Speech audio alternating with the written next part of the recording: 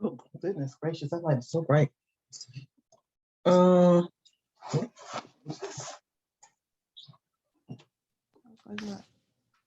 you talking to me, Diedre? I'm speaking to myself, sorry. I have to change my lighting. I'm in a different room than I normally am. My kids are, oh Lord, that's too dark. My kids are here, so they are kind of taking over certain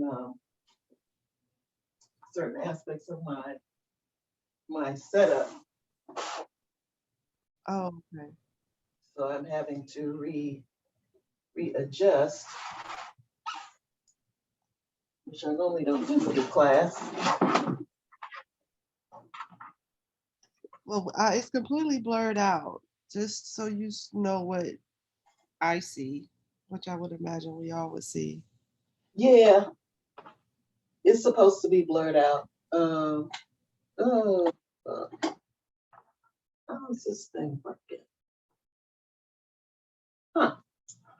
The little light I'm used to. Is that better?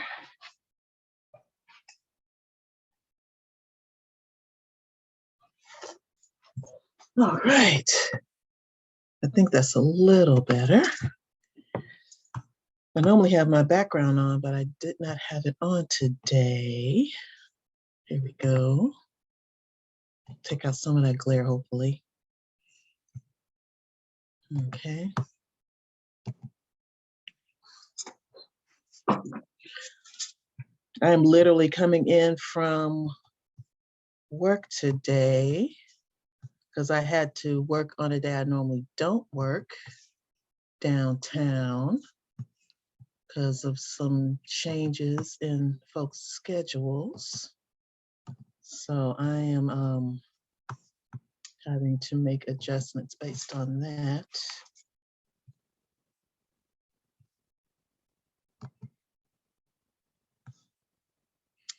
Hope everybody's doing well.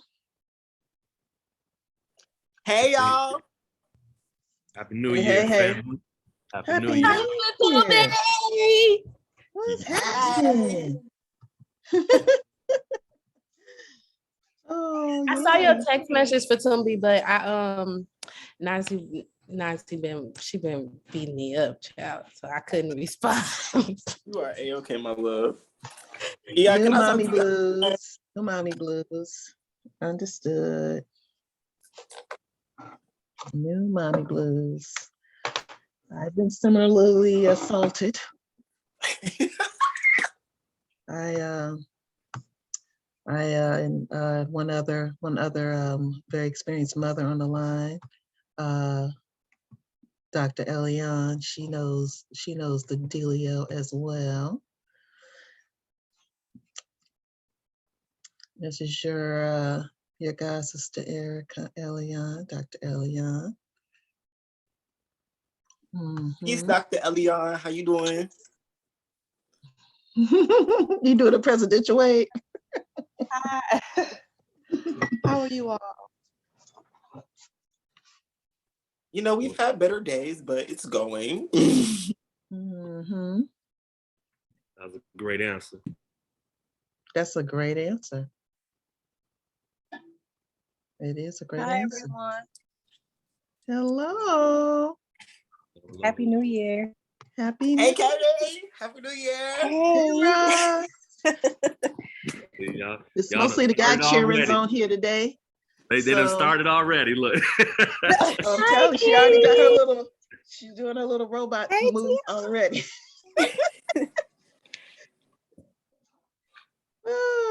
We're gonna be good this class, I promise. Oh, you ain't gotta be good around me. You know how I roll.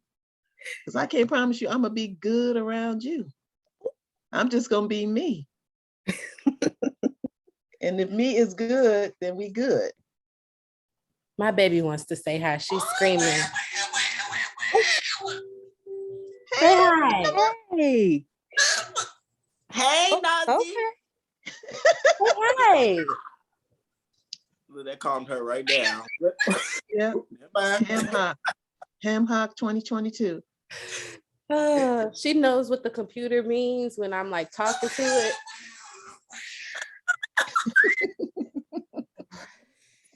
Yeah, can I talk to you after class? Oh, did you ask to speak to me after class? Yes, ma'am. Yes, you may. You may Okay. talk to me after class. All right. We gonna get it started. Hey, y'all. We had one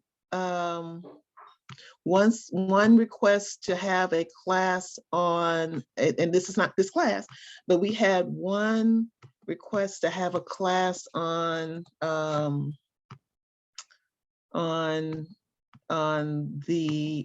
speaking about the concept of God. Speaking, oh, hi, Kira. Speaking on the concept of God, on Olodumare, Olofin, and Olorun. So I will likely have that be one of the next classes that we do. I chose to focus on Egun today because I thought it would be great to do that today. We have the reading of the year is coming out for our ELA, and one of the requirements, which we will share, is gonna give us more insight into is to work with our ancestors this year. I can tell you that much. So as soon as we get the formal notes from my elder, I will share them with all of you. As I normally do, you all know the drill. Because of the nature of this reading for this year, I plan to have a meeting to support our discussion of the reading of the year for the house. Okay, so look forward to that coming up. Have you gotten the reading of the year out of Cuba in English yet? I've only been able to find it in Spanish. Yes, I have. I do have it in English, and I will cover that as well. I think it'll be good to talk about both of them, in part because I know the Odu. I could read between the lines with the translated version, because the translated versions are not that great either, honestly. But I always have elders that I work with that are really reliable for the translated version. So we are gonna work with that as well. And as my elders always tell me, it's always good to follow and heed the advice of the year that comes out of just as a general rule, even because the real idea is to follow the Odu that comes from your Elay that you work with, because oftentimes the advice is very much is supposed to be specific for your Elay and for the members, because that's why, that's how we approach the Orisha, is to ask them specifically for advice for our Elay. So that's why that advice is the most appropriate. But it is the warnings and the information that come from that reading out of Cuba that we follow is also relevant and also worth following up on in terms of advices and in terms of the types of things we do, in terms of the types of ebos we make. We actually, and some of you actually may have recognized that we actually did follow through as an Elay with some of those things last year. Last year was kind of a blur almost, but we actually did. So we'll talk more about what that means for everybody when we talk about it as an Elay. All right. So some folks might find it ironic that I wanted to talk about Egun in relationship to Orisha, but in our tradition, it really is not an iron. There's really no irony in that goal. In part because we have a saying in Yoruba that this goes iku lobi osha, or iku lobi ocha, or osha. And what that means is without Egun, there is no Orisha, right? Meaning that we acknowledge that that lineage that connects us to Egun, and that without working with our ancestors, without propitiating them first, that is our first, act in pretty much any ceremony we do. Any of you who've been at the Ile, and some of you have actually, I think maybe some of you have even participated in this, before we do anything, before we pull a single herb for any ceremony, because y'all know we pull herbs before we do anything, right? Before any major ceremony, an elder in our Ile works with the ancestors. They make sure that they have something there for them. They make sure that there's something that we divine with them to make sure that they are good with what we're about to do. And sometimes you might hear, okay, we setting up for Egun, or hey, well, right, we got to talk to Egun. You might hear somebody going downstairs in the basement to do that. And that's at that point, for those of you who've been around, if you've been in the Ile, someone will go around with Efun, right? And that Efun will either, in most cases, for most of you, will go on your head. And that's being done prior to the prayers being done, so that everyone is marked while we're speaking to the ancestors with the Efun. So that happens every single time. Every single time. So iku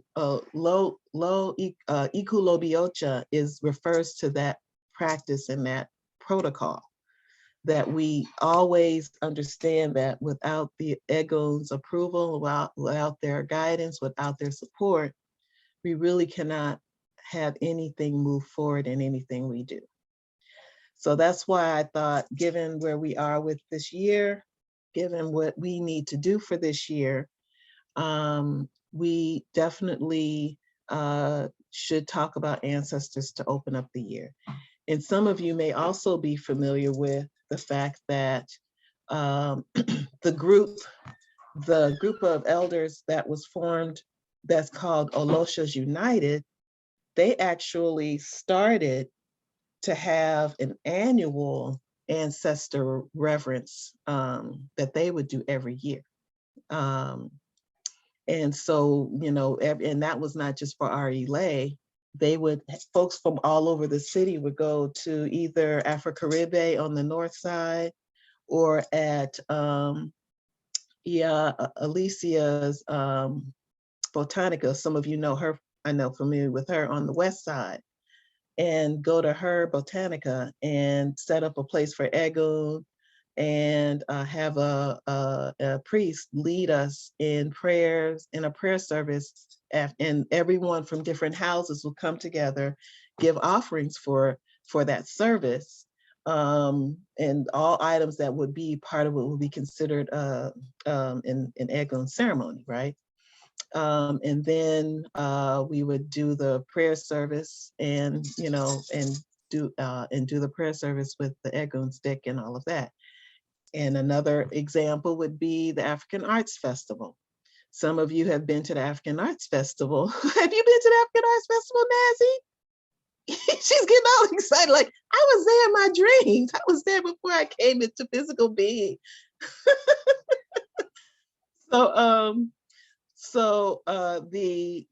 There's an ancestor grove at the African Arts Festival that been established since the inception of the African Arts Festival. So there's a tree that elders who are Egungun priests would dress in the cloths that are associated with the Egun, and they would put Efun down the way we do in our private temples and altars and whatnot. and place sacred foods that are divined for by priests who work with those ancestors. And there's normally someone who is either initiated to the Egungun cult or society, or somebody who is a priest who can manage that space, that literally guards and gives opportunities for people to come and make offerings to that space. And the ceremonies for the ancestor grove begin on the eve before the African Arts Festival is open to the public. So again, we have an instance where where we honor and give reference and deference to the ancestors before we do anything else. So I just wanted to give some examples of how we as a community here in Chicago have done that, and think that, and I thought, this will be, I think, a good way to start out the year.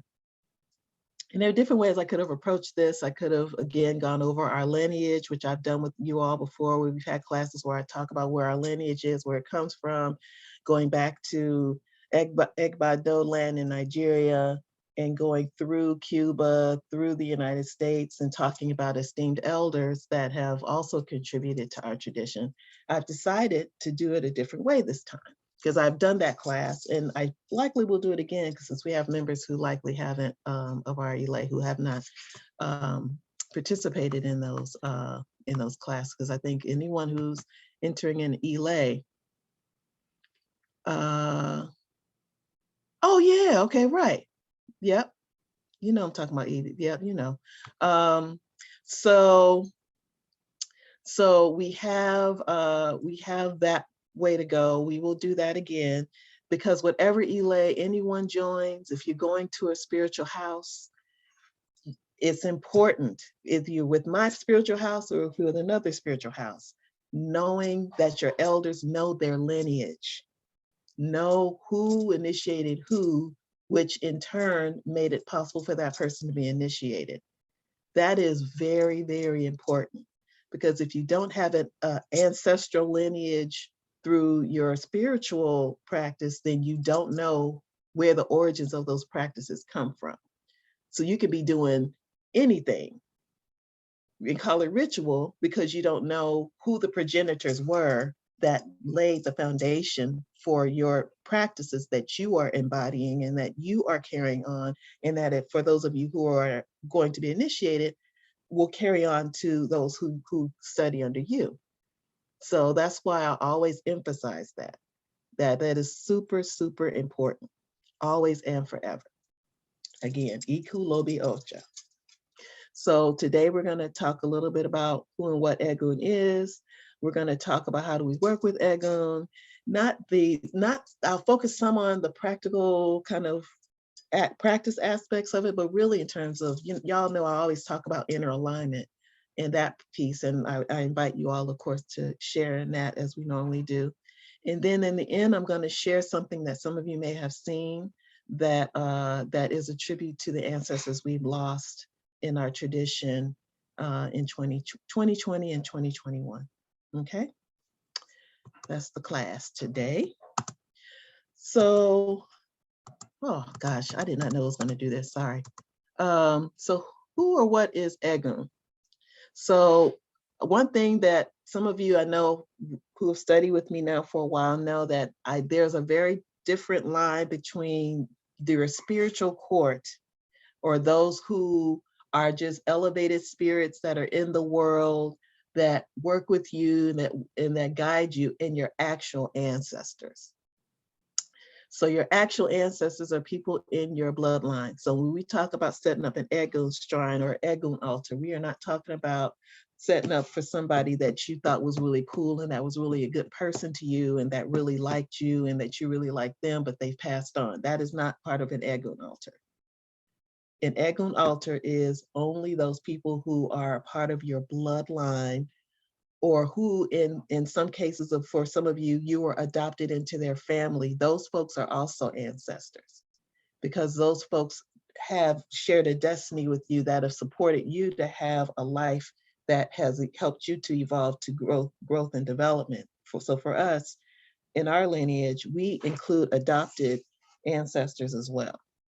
And your spiritual line. So for those who are, anyone who receives a lekes in our Ile inherits that spiritual lineage. So once you receive your lekes, once you receive an Orisha, that starts your journey to connection with the lineage that supported my initiation, or whomever your elder's initiation is.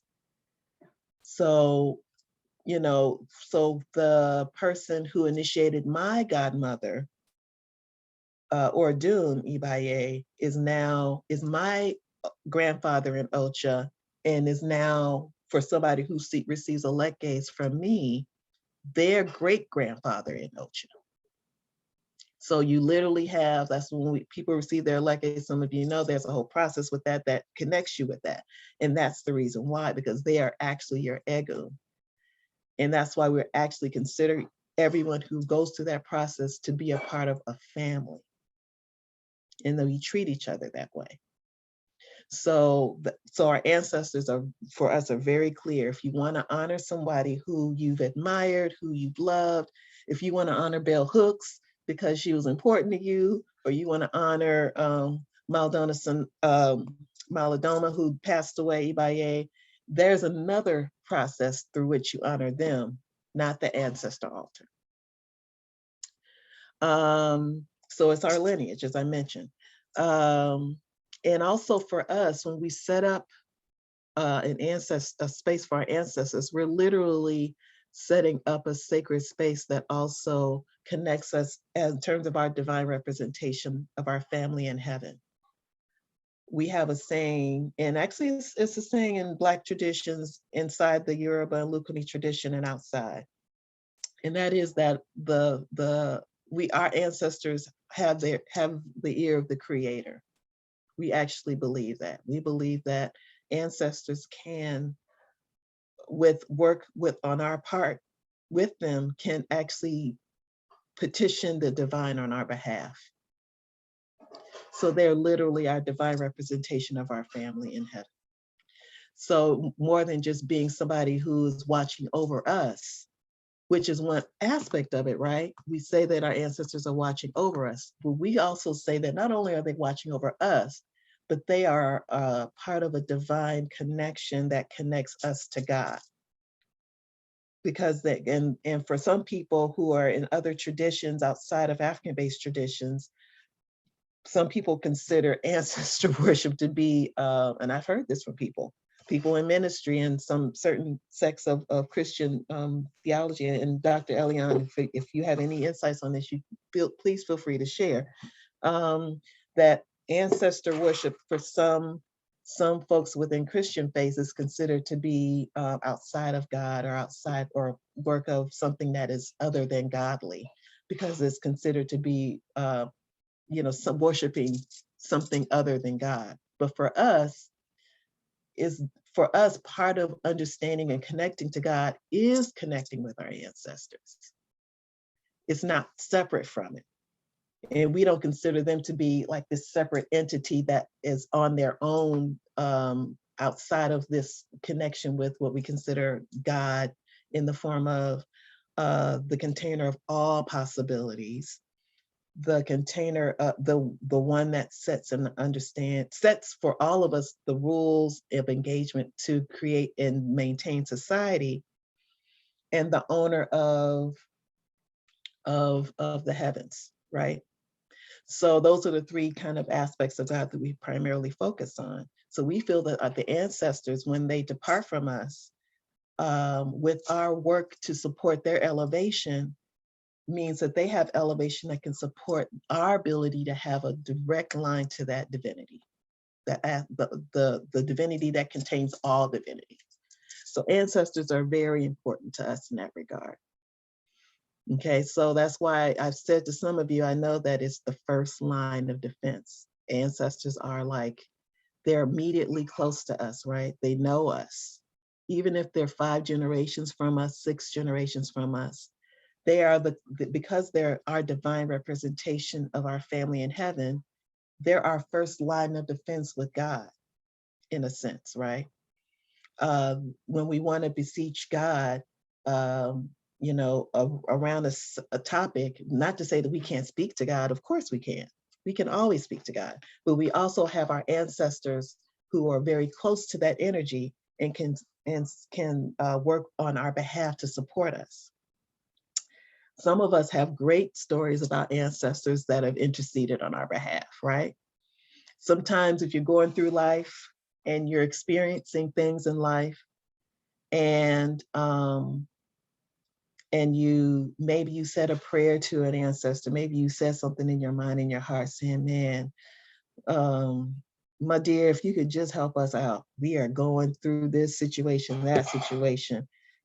If you can just please support us, please give us your guidance, or please support us in whatever way you can with your, I always have to talk about the washboard of wisdom with my ancestors. Please use your washboard of wisdom to help cleanse us of these troubles so that we can move forward in life, right? That's one of my things I like to say.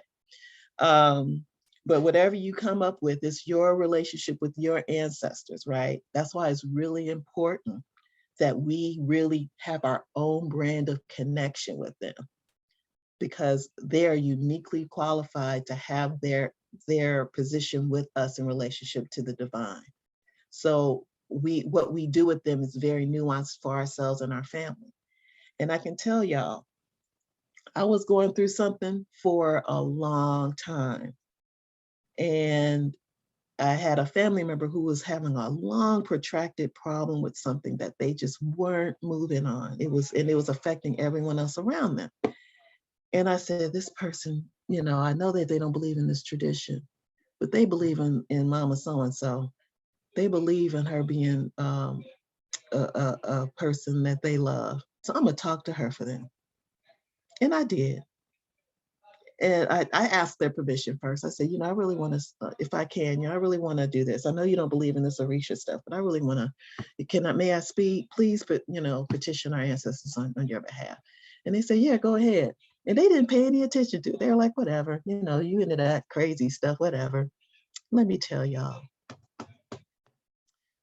I went to that ancestor. They didn't ask for nothing but a coconut, a broken open coconut, and a glass of water. That's all they asked for. And you know what that person got in return after being unemployed 3 years? They got a $6-figure job. I kid you not. It was in a matter of Go months. bust the coconut right now. I'm telling you, it was a matter of months.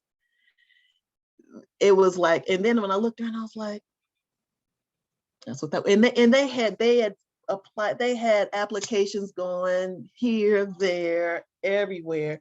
And they don't even know how the person knew about them. They don't even know how the they said, oh, they just recruited me out of nowhere. I don't know what's going on. I guess I'm gonna try. I said, well, hopefully it works out for you. Next, oh wow, they invited me back for another interview. Oh wow, that's cool. I'm glad for you. Maybe Mama Melba so-and-so was looking out for you after all. And they said, yeah, I guess, I don't know. Next thing I know, they're like, oh, you ain't gonna believe this. I said, what? They said, you're not gonna believe this. I said, yeah, I already believed. You ain't even got to tell me. I'll let them know. You said, thank you. They said, do I have to do anything? I said, yeah. Cook a meal for them. Let them know you're thankful. You know? So you never know how they move that metaphysical chessboard for us. You never know. You know, and the difference in how we know is awareness, right? That's with everything. I always emphasize awareness, awareness, awareness. Awareness of if you're asking for something from your ancestors to support you in, and you're going through life, and you're trying to figure out how something is happening in your life. Awareness for how things are moving and what was said in that prayer, that making that connection can make a big difference in how you experience that situation. Huge difference, right? And that's why another thing that, and this comes up in readings for some people, ancestors represent, as I call it, divine chain of collective inheritance, lessons, challenges, talents, positionality in the world, and opportunities. So we talk about family legacies, right? Family legacies of trauma. We always talk about that. Breaking those intergenerational curses, breaking those intergenerational traumas. All of those things are actually not more than just a saying and more than just an idea. They are a part of a manifestation of the legacies that we have, our collective legacies and inheritance that we have. And sometimes, and I do readings where I see people drag things from generation to generation to generation, some of the same concerns from generation to generation to generation.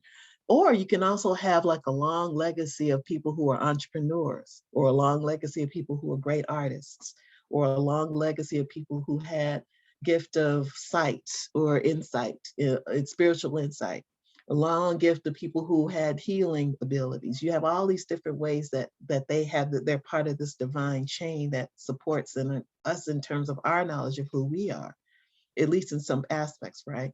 So keeping that in mind, when we work with them, sometimes we do get glimpses of what that is and see that either in our children or in ourselves or in certain things that happen in our lives. So being aware of all of that, not all of it's good. Like I say, some of it's about some of that stuff that we really wish we didn't have to deal with, right? But some of it is about really good stuff.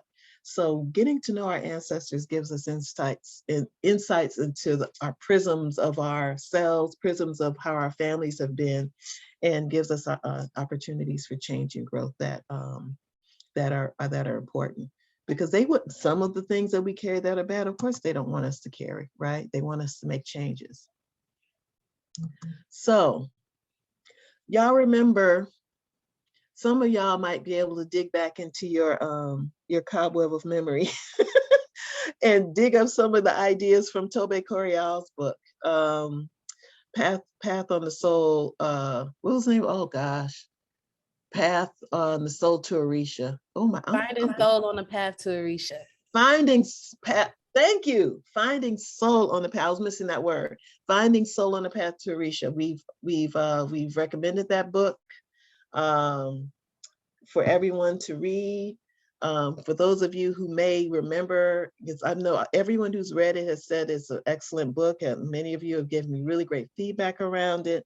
So I wanted to see if anyone had any kind of thoughts around lessons from that book that you thought would be interesting to share around Egun, because she had a lot to say around ancestors. She really, actually, I thought, more than any other book that I've recommended, gave a lot more emphasis to working with the ancestors, using that work to kind of deal with the self in a way that's different from other books I've seen, and as a grounding practice. I think her discussion of that book in terms of ancestors, in terms of using that as a grounding practice, I thought was really, really great. And so she came up for me when I was thinking about working with this class today. Oh, Amber, I thought you were already here, huh? And wanted to give you all a chance to share your thoughts and feelings around that book in relationship to our discussion about Egun. And when we had the book club discussion about it, this was how many years ago now? Oh my goodness, probably 3 years ago right now. How many of y'all were with me? Were working with the book then? I don't know if Rosalind may have been working with the book then. Amber may have been working with the book then. Hey Amber, how you doing, love? Yeah. So if anyone has any insights into the book clubs, yes, we had a book club discussion on this book, and it was actually, interestingly, we had one of them during the weekend of the African Arts Festival, one of the last African Arts Festivals we had in the city of Chicago, and I was at the Ancestral Grove during that time. And if y'all remember, and I was not the best facilitator that day because I had overbooked myself. And but you all carried that discussion. Tinger was there; she carried the discussion really beautifully. Thank you, Anama. Who is Anama, by the way? That's my mentee. You met her at the business. Oh, how you doing, love? Hi, I'm here with AJ. Okay, how you doing? Well, thank you for asking. How are you? I'm good. Thank you. Thank you. So, cool. So, so yeah, we've talked about this book on and off. So I wanted to just give you all a chance if you had any reflections on the lessons from that book in terms of working with Egun that you thought would be thoughtful to bring up or useful to bring up. Of course, I have some things here that that I wanted to bring to your attention. Some of which I've talked about before, but just wanted to give you all a chance to provide your own insights and thoughts about the book. She was a priest of, I want to say Yamaya, who wrote this book. And for those of you who have not read it, I highly recommend it.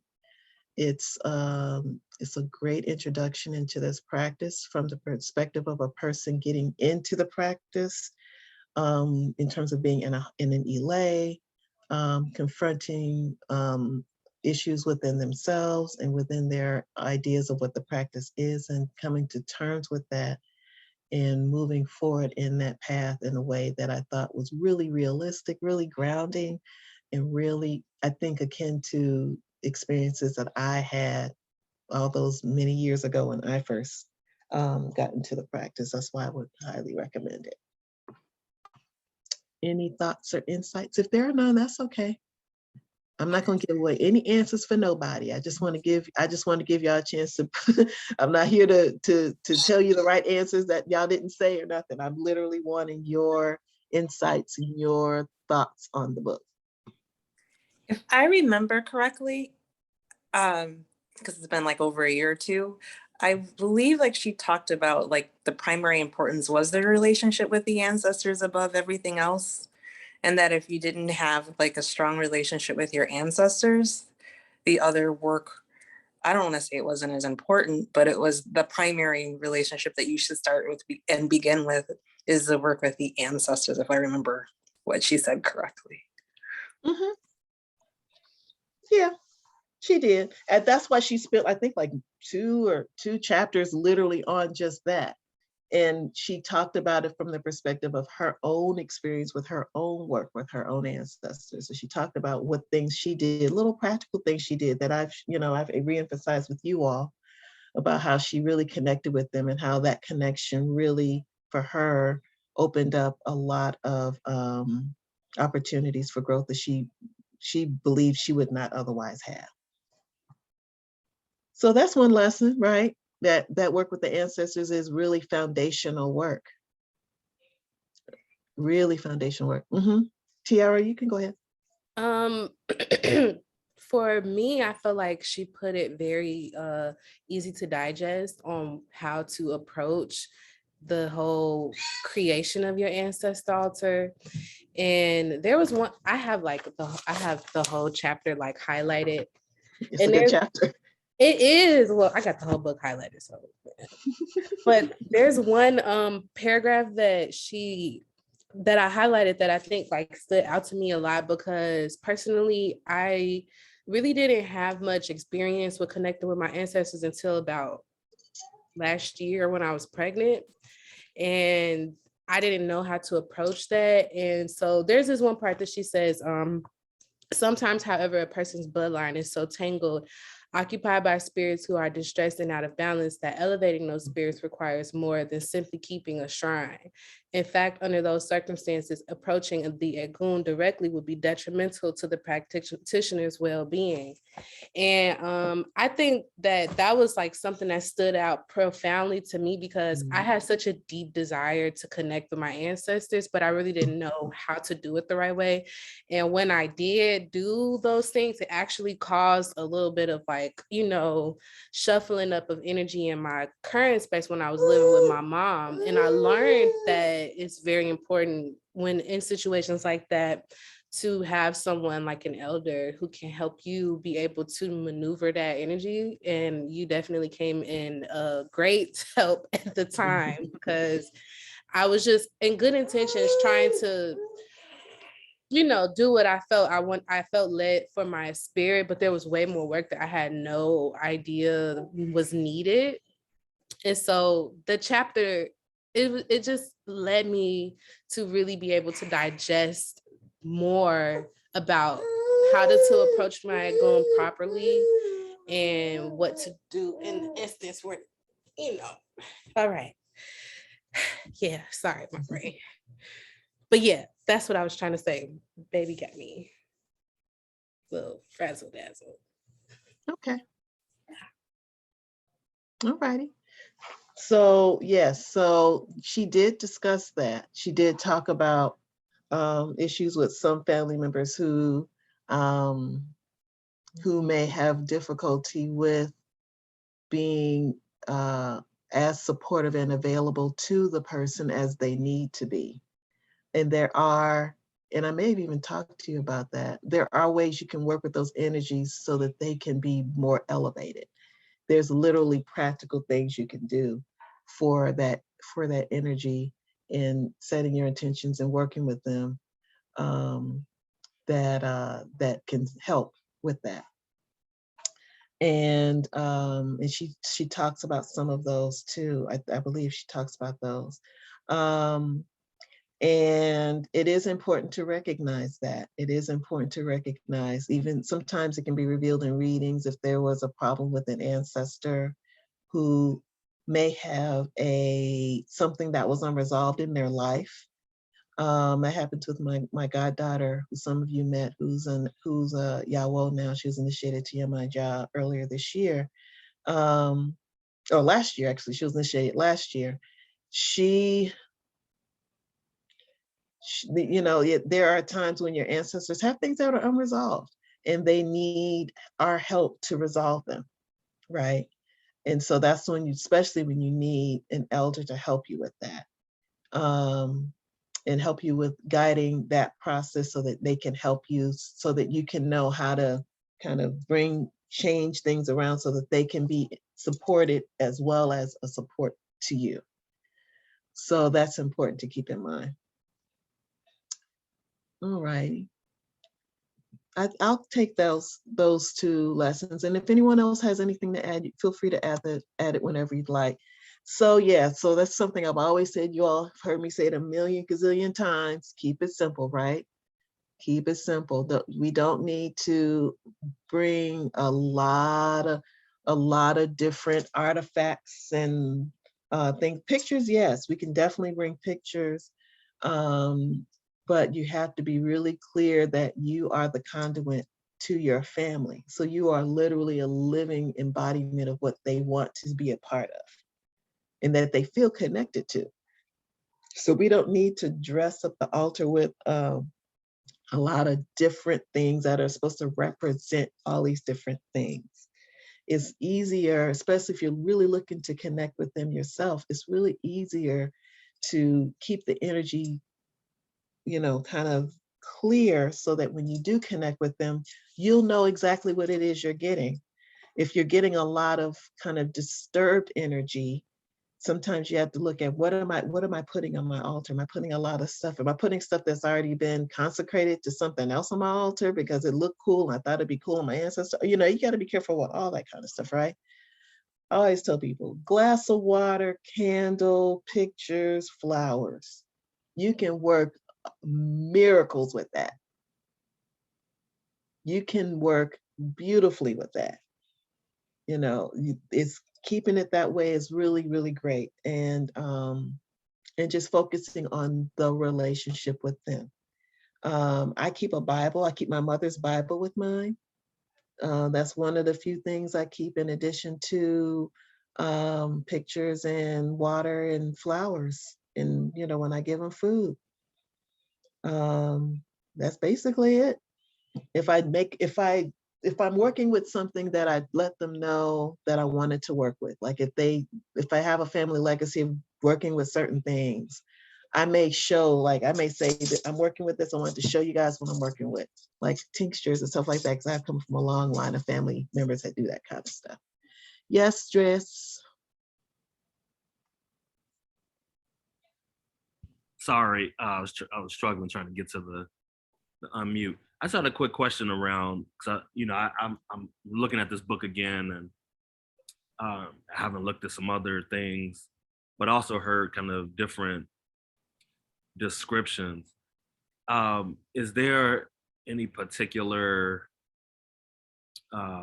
rationale for what people call a bovida versus some of the things that are much more simpler as being described in this book? Is it a different use, or is it the same thing? Or because I've heard both, and so I'm just really confused a little bit by it. So that's a great question, and that goes to what I discussed initially, which is that a bovida is a place where we work with our spiritual court, and you can only really identify your spiritual court. You may have some people who come. You may have some people who come to you in dreams. You may have things like that that happen on occasion. But that's why we have mesas. Mesas are circles where, and some of you have had the mesa experience. And mesas are spaces where people who are trained in who are trained mediums identify a person's spiritual court and or can address issues with ancestors that are unresolved if they come up, right? So both of that is a place where you are literally working with those energies of those those spirits that are that are here for you, that may or may not be related to you. If you have, and this goes somewhat to what you just mentioned, Tiara, this is getting a little advanced, but hopefully you guys will ask questions if you have. If you have an ancestor who either had a tragic death or was what we call an Eween, someone who may have died suddenly, maybe they were a young man and they actually experienced a really violent death of some sort, or something like that. The bovida can be a place where you can work with that energy to help elevate it. Okay, so you can, excuse me, that's my son, cackles like a vulture, and he's Ibu Kole, which is so funny. Anyway, so one second, let me close the door.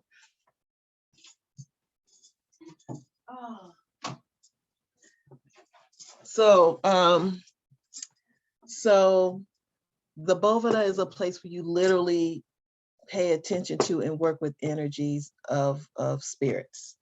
It can be spirits, like I say, like if you have a gypsy spirit, which may be a spirit that works with you.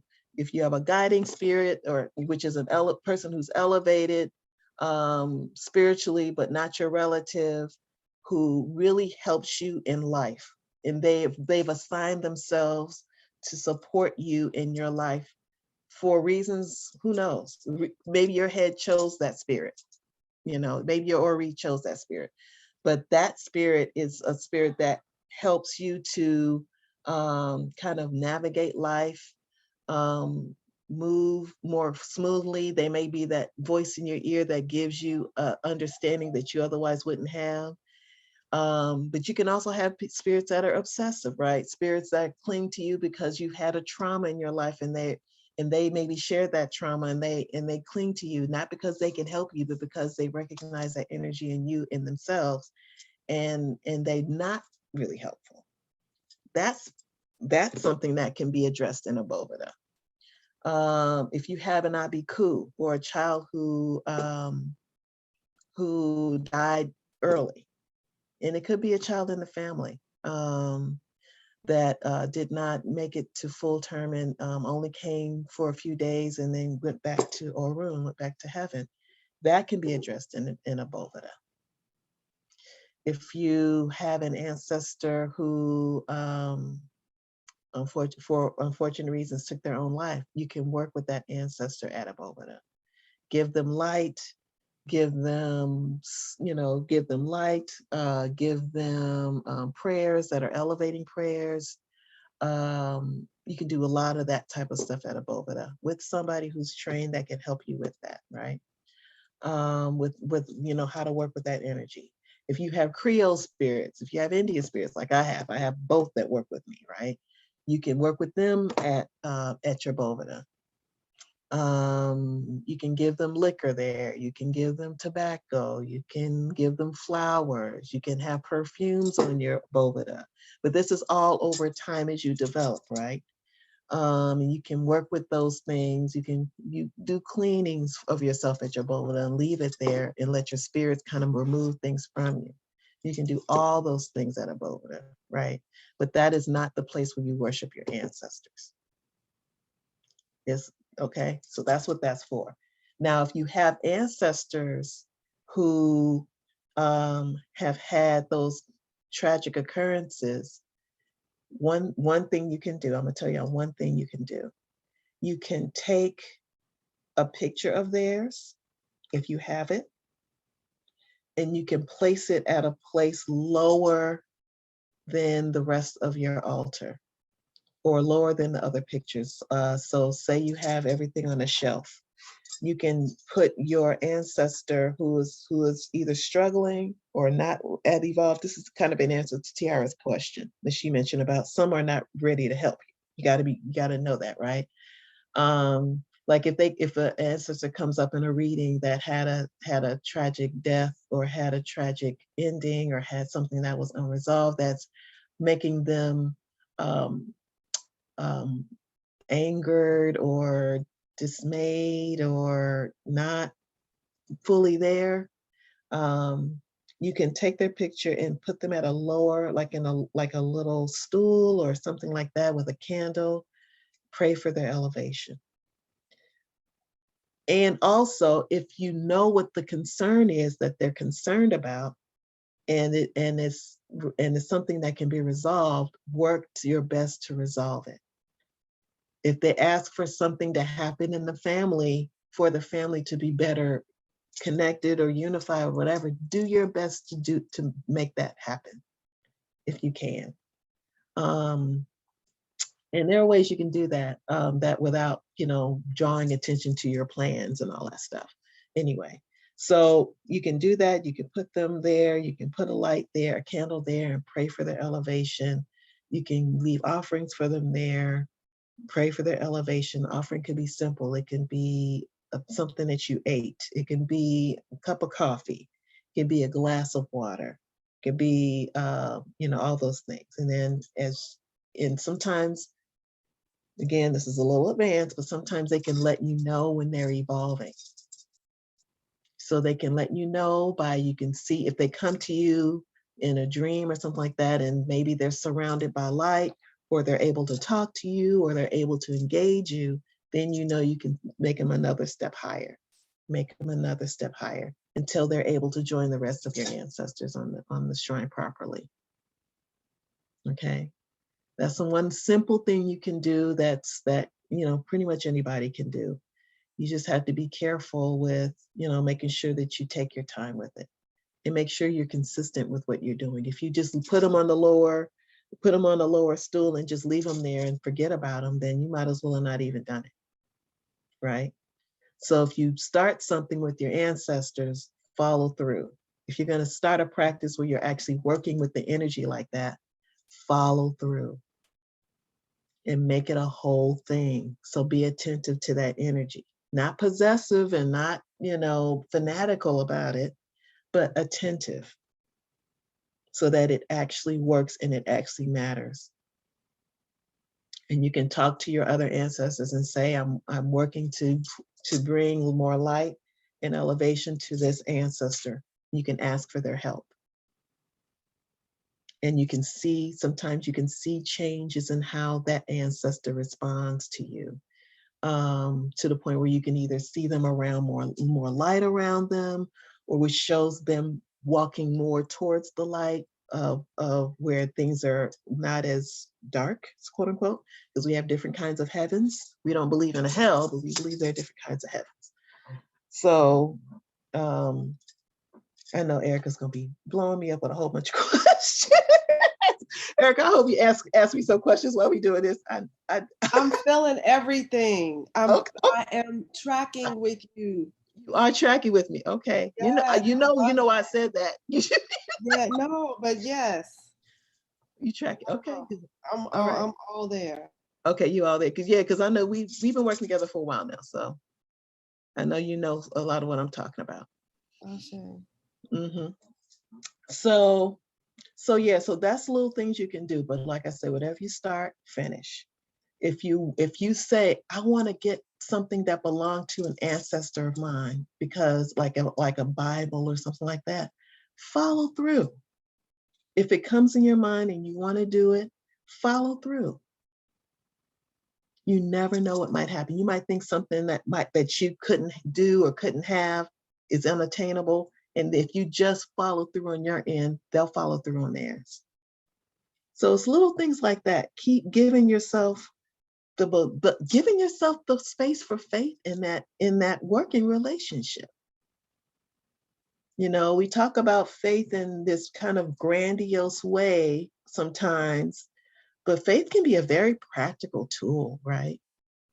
When we're working with our ancestors, it can be a very practical way to give us one opportunity to take one step further than what we took yesterday. We can say, okay, you know what? I want this to happen. And then when you really set that intention and set that faith in motion, you take that one step forward, they'll take another step. They'll help you see, and then they'll help you see the process moving forward. I've had that happen so many times. So many times. But you gotta give yourself space for that awareness though. Don't just pray to them and then walk away and then act like it was just an isolated event.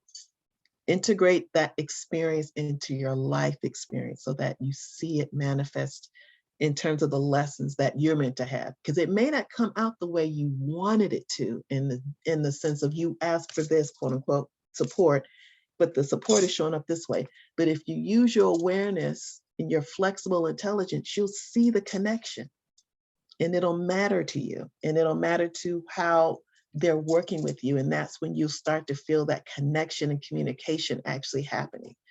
And not just the things you think you hear in your head, but what you feel and experience in your walk in life. That's what we need to get to with our ego. And that's what our space should to support us to facilitate, which is why I always focus on the simplicity of it so that the actual work isn't in the construction. The work is in your walk in life. The work is in your integration of your prayers and your supplications and what you're asking for and your connections to them into your actual life experience. That's where the work is.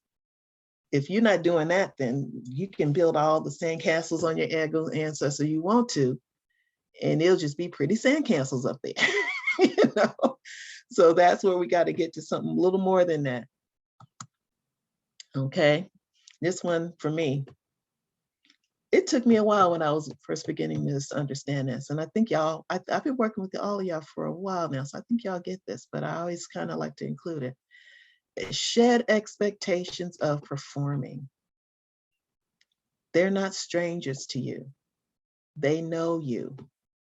Even if, like I say, there was 5-10 generations down the line, they know you because you're part of that divine chain of inheritance, right? So they know you. So you don't have to go there in front of them and act like you're having to perform for them. You just have to be yourself around them. That's all. If you're feeling like cursing, curse. Shoot. I'm not a cursor, that's a personal choice. But if you feel like cursing, you can curse in front of your ancestors, dang it. If you feel like crying, you can cry. If you feel like laughing, you can laugh. If you feel like just saying, man, I don't get it. If you have all these questions and you have all these tensions and frustrations, you can take that to them. You can, and leave the burden there and say, okay, thank you for listening. I'm gonna do better. Thank you for cleansing me of that tension that I had. I'm a walk from here feeling lighter and feeling more focused. And sometimes when you give that up to them, clarity comes back to you. But if you go there with this sense of feeling like you're performing or performing an act rather than just being authentically yourself, then you miss an opportunity for authenticity to come back to you in the form of response.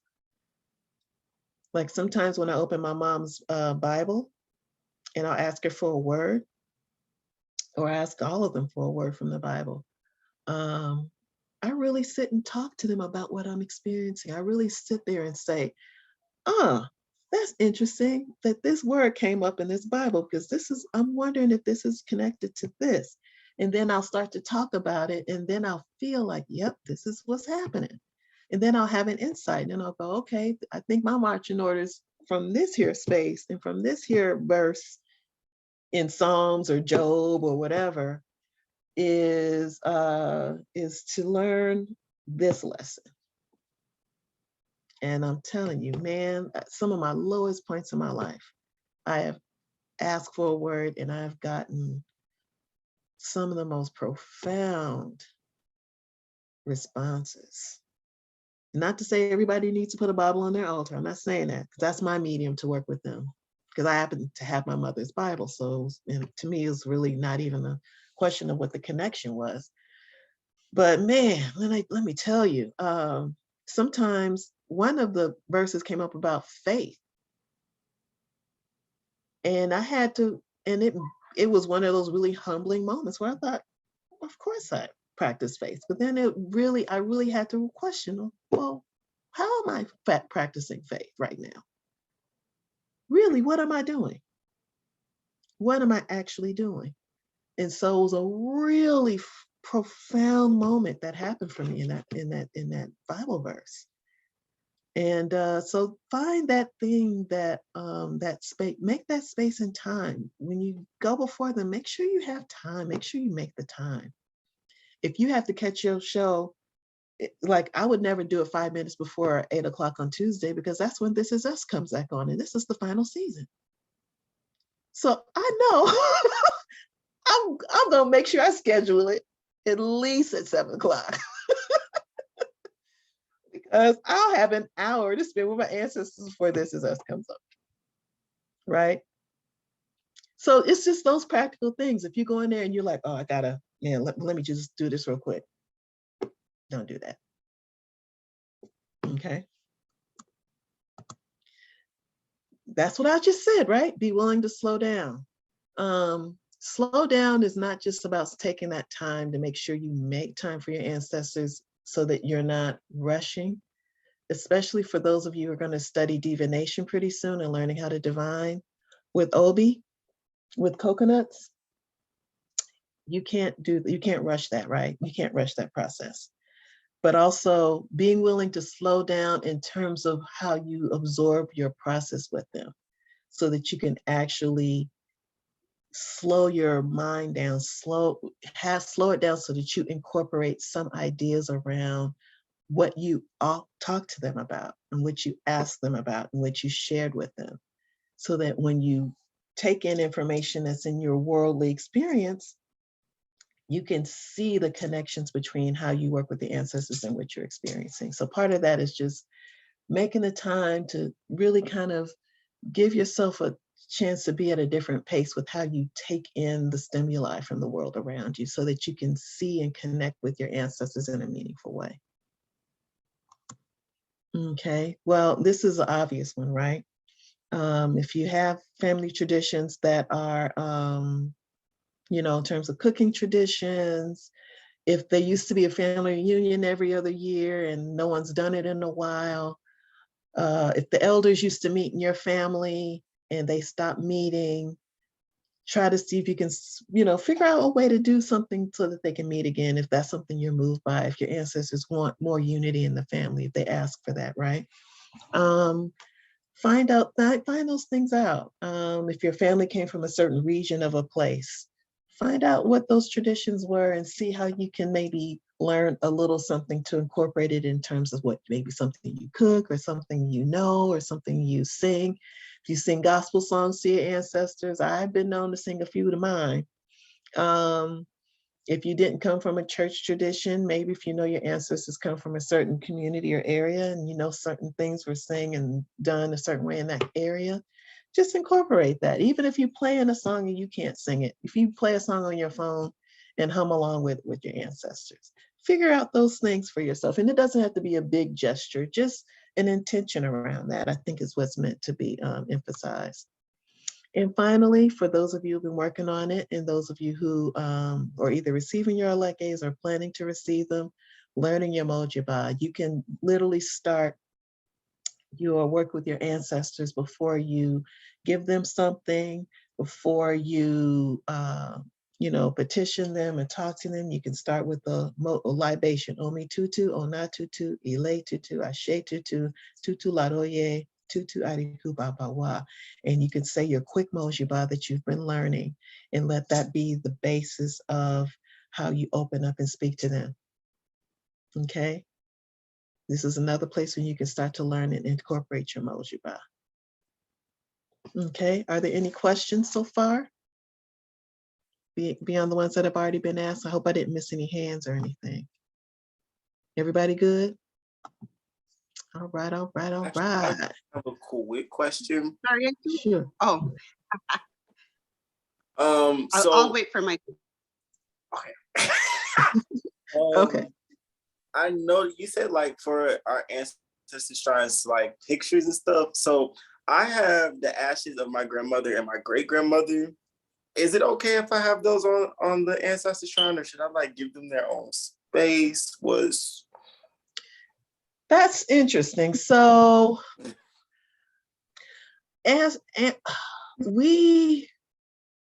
because I'll say this, when we work with our ancestors, we have an Egun stick, right? So the Egun stick, okay. Mantra, okay. I think I understand your question, and I'll give me 1 second. And we're gonna go over tonight. Is that okay for everybody? We're gonna go beyond 6:30 because I want to show you guys something I think is really beautiful. Okay. So when we work with the ancestors and we have our Egun stick, we're pounding the ground. And I know when some Babalawos give out ancestor shrines, they don't give out Egun sticks.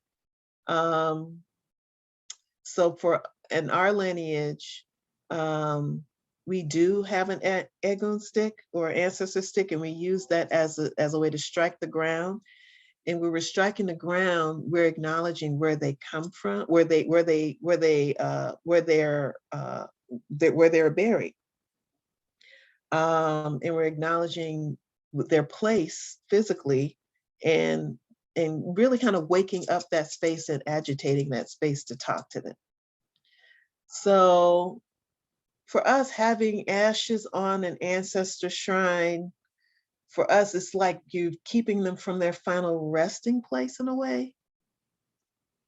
So what I would recommend, and I don't know if there's a reason why you're keeping the ashes. Is there a reason why you have to keep them? You don't have to talk about that if you don't want to. I know you don't care because you're like, I know my godson, he ain't tripping. But I don't want to, if you don't want to, get into a whole thing with it here, you don't have to. But if there's a reason for you to have to keep it, okay. But for us, generally, we like to give whatever physical remnant there is of our ancestors a final resting place if we can. So there's no reason in particular why I'm keeping them.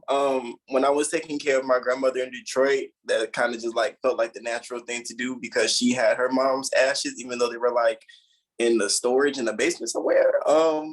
Wow. Yeah, and it's really interesting too, because I just learned recently what a sapphire is, and that was my grandmother's nickname for my granny. So I was like, this is too much. But yeah, I don't have any reason in particular why. Besides, like, I feel like my dad might feel away if I were to do something with the ashes, but honestly, like, if I have a conversation with him, that will go over fine, because, again, I'm the one with the ashes and not him, so. Right. The thing is, if he don't want anything to happen, then he should have them. Okay. my opinion, because I think if someone is keeping a Egun shrine, there should be a place for those ashes to be the final resting place, because that is because having a real actual manifestation of them on having it on your altar in a way is kind of like for us it's almost like a sense of incompletion. And my mom, because of the way she passed away, she had to be cremated. And my aunt, she kept her ash. She asked for some of my mother's ashes. She kept them.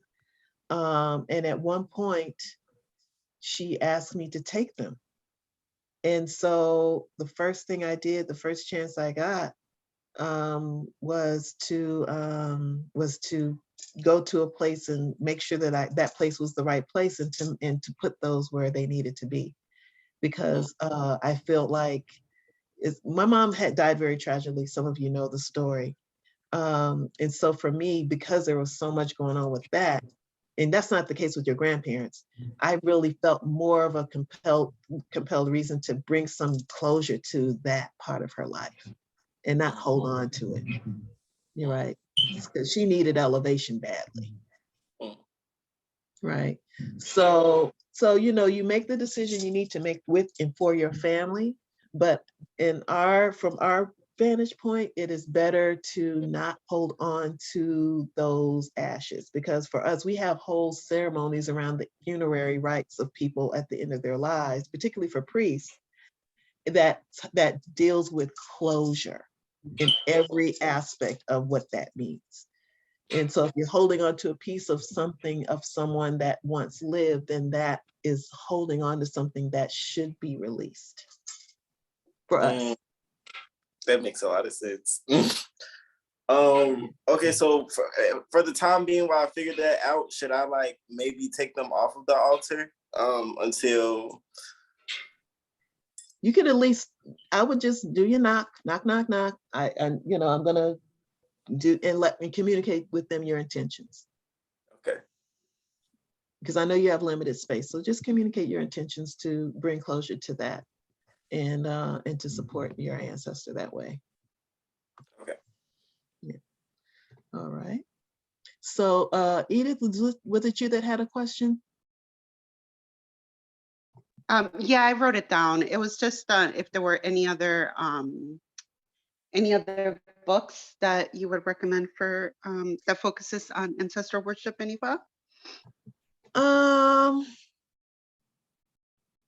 Ayo Salami has written some great books. Anything by him.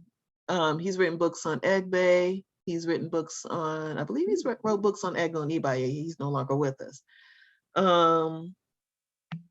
But really the best thing is just being in practice with people. That's really, I mean, you can read the books, but the practice, and especially with the an Orisha community, I know for you, you're not able to get out as much. I get that. But having opportunities to worship with community is really where the practice is. But again, starting with Tobe Corial's discussion, I think is a great place to start. And I would just say, if you haven't read that book, I would just say start there. If you have read it and you have other questions, I'm a resource for you. Thank you. What what's the name of the other author that you mentioned? How do you spell his name? Sorry. Tobe, it's a woman.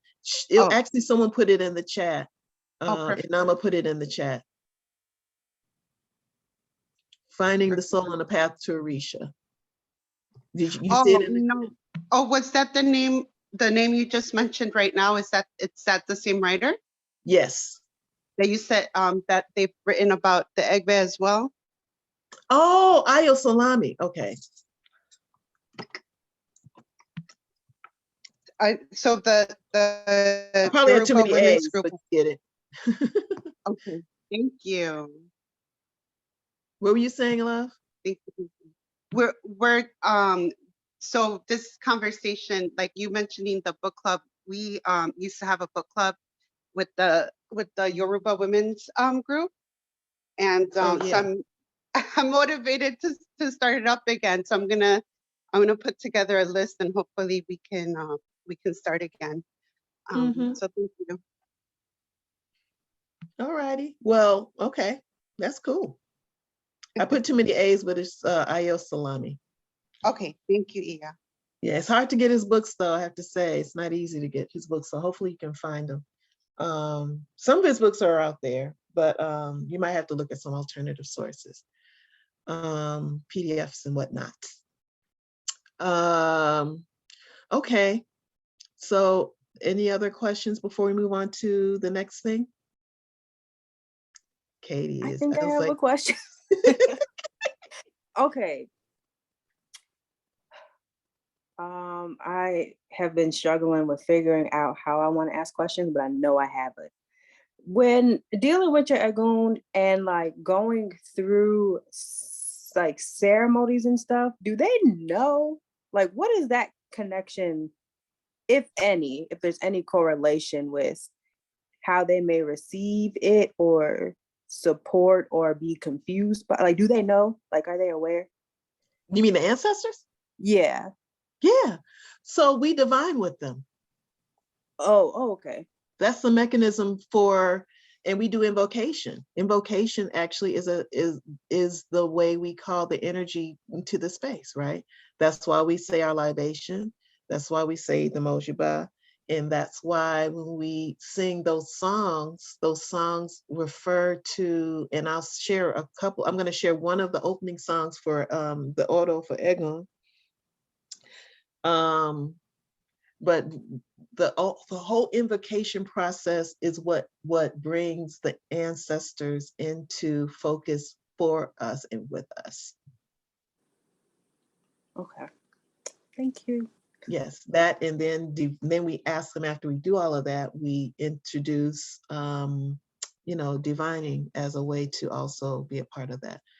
I'll get to your question, Anama, which was about we don't do mantras. And it's really, there's the places in the place you study with your elders, Inama. So I know especially with the millennials, we're in the information age where people want to go out and find information. And this religion is, and study and practice it's difficult to grow and develop with that being the only means of getting information. So I would say that to learn and grow and study means to work with an elder that can support you in what you want to learn at the appropriate time you should learn it. So that's how I will respond to your answer. And everyone here knows I'll do books. I recommended books the entire time for different things. But I've also, the classes here have been for learning the Mojiba, which is the opening prayer, learning libation, which is the invocation to the opening prayer. So those are where those are our tools for practice that we use. We don't do anything outside of that. And you learn under an elder so that you can make sure you learn it properly. So that's an answer to your question. Okay. So you have one question really quickly. I'm sorry. Oh, go ahead. So how do you go about determining which ancestors to put? And how far do you go back? That's a good question. That's a good question. And what I do, what I've done and what I share with others is start with what you know. And if you know, I've been doing genealogy for a long time. When when I first started with the Elay OCCon, and because I've been doing genealogy since I was in my teens, honestly. I've always been curious about our ancestors. And so when I came in there and they're like, okay, and I had to do my ancestor ceremony with them as part of my initiation. And actually I did it even prior to that. I had like 50 names of ancestors. And when you bring them, you have to name them, right? Except Baba Willie would cut me off after a while. He was like, okay.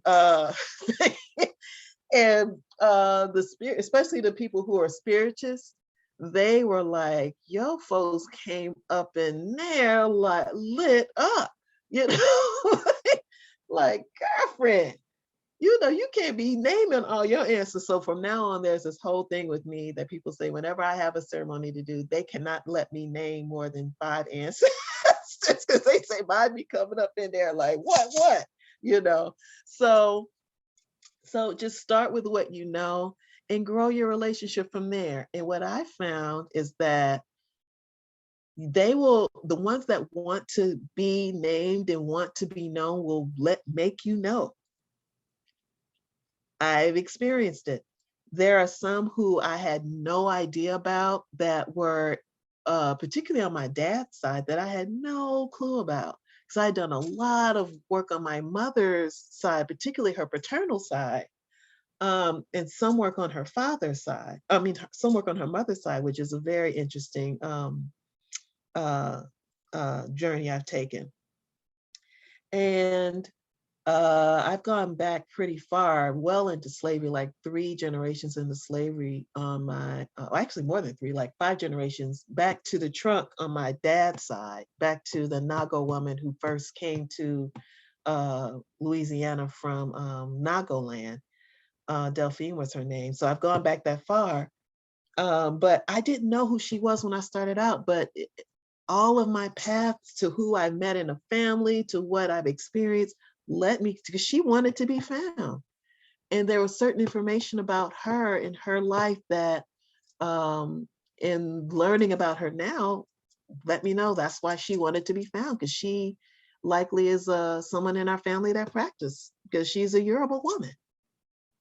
So you never know how your life will, so you just start with where you are, and if there are ancestors that need that spiritual help that you come across, then I've talked to you a little bit about some of the tools you can use through your Boveda to support those ancestors while they need that help.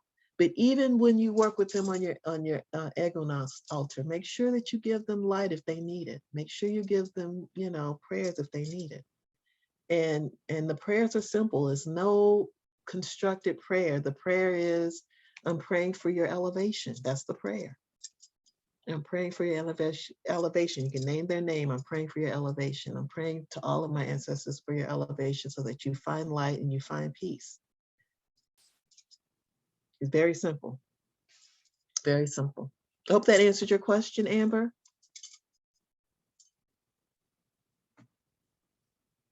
Okay. It does. Thank you.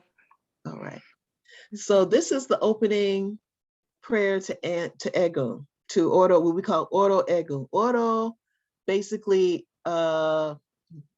refers to songs, a series of songs that are sung in a particular order for a particular ceremony. So you can hear Oro referred to as being Oro for ancestors, Oro cantado, which is order for songs that are sung in a Orisha ceremony, or like a drum, or Oro for when we work with herbs. There are Oros for everything. So knowing not only the songs, but the order the songs go in is also important, because there are certain songs that are opening songs, or certain songs that are part of the middle aspect of the worship, and then there's songs that close.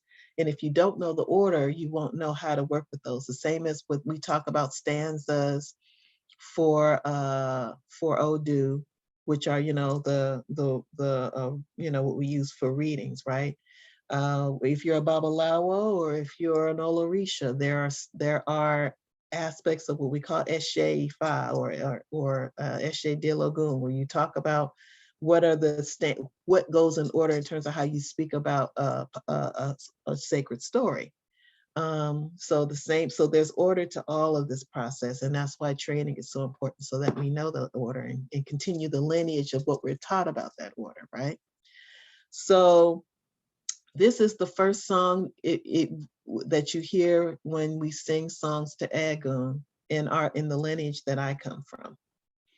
And I wanted to give you the translation because I wanted you to see some of how we talk about the ancestors. Very heartfelt, very endearing, very it's bittersweet, right? Because we're acknowledging somebody who is departed from us, but we're also acknowledging that we're connected to them and that they're divine support to us. So there's this. So we start this song, and when you sing this, you're thinking literally about somebody who's departed, and you're thinking about missing that person. And so we literally open up our Egun songs, acknowledging they're no longer being among us. And some of the songs are really kind of very touching, actually, when you think about how what they're translated to mean. So I just wanted to share the song with you and sing this with you, and give you a chance to sing with me. And some of you have been in enough of these ceremonies that you've heard this, and now you'll be able to connect the meaning to what you've heard. So I'll start, and then I'll invite you all to sing, and then I'm going to show you the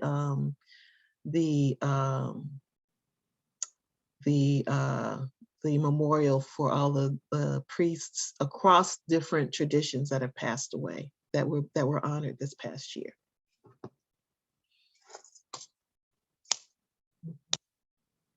Aumba waori, aumba waori, awao soon, awao ma, lady o ma, yenyao, bobo ego kawe, aumba waori, aumba waori.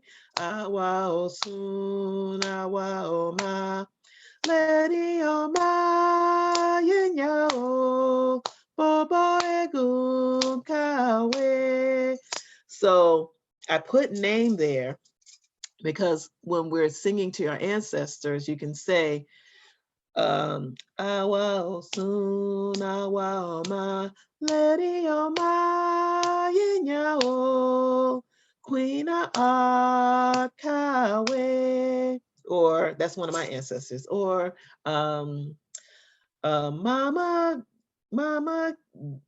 Delia Kawe, or Iya Egun or Baba Egun. Iya Egun Kawe, if you're addressing all your female ancestors, or Baba Egun Kawe. So you can integrate any of those meanings into it, however you want to apply the song. Okay.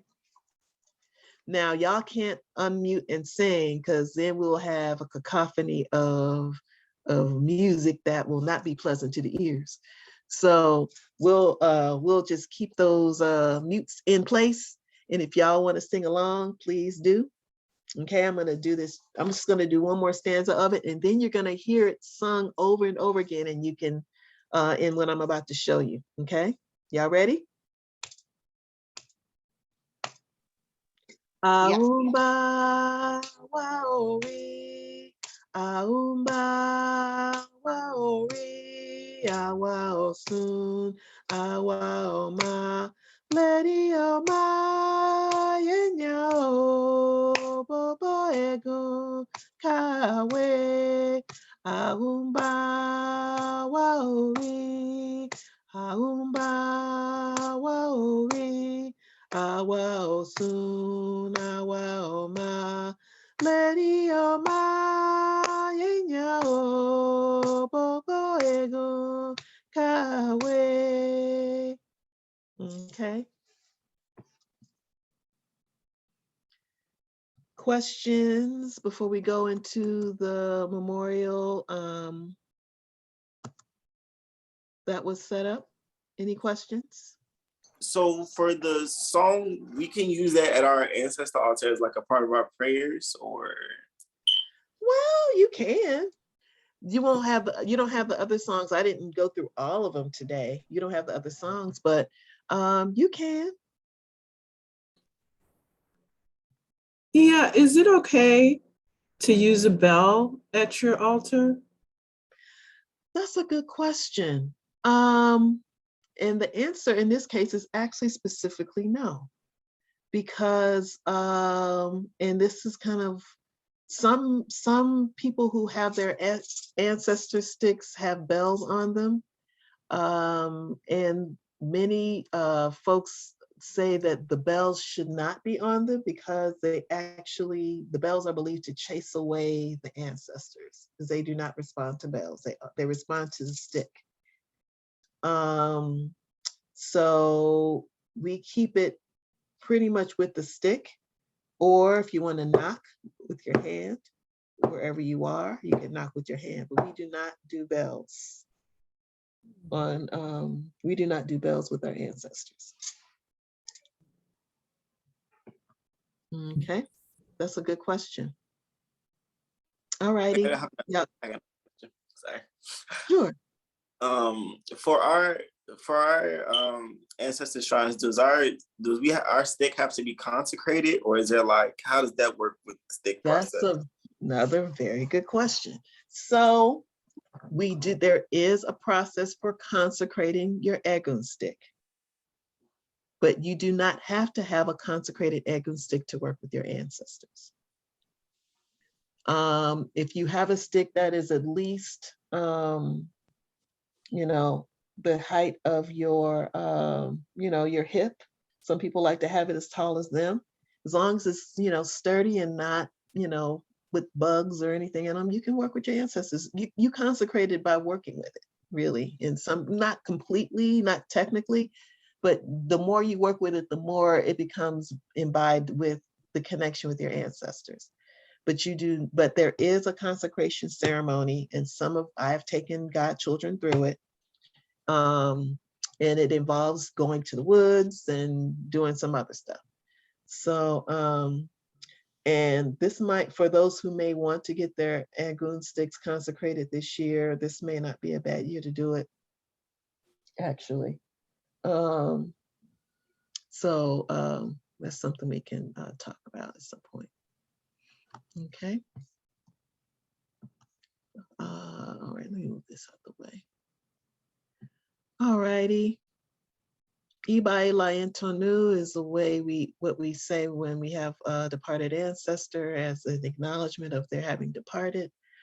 And for those of you who are in any of the Orisha groups particularly on Facebook, you may have seen this people say Ibai Layentonu. Our lineage says Ibai Layentonu, and that's actually a conjugation of a longer phrase. So that's why I put that there. Okay, so I'm gonna start the YouTube video. Maybe some of you have seen it. I don't know if you have or haven't.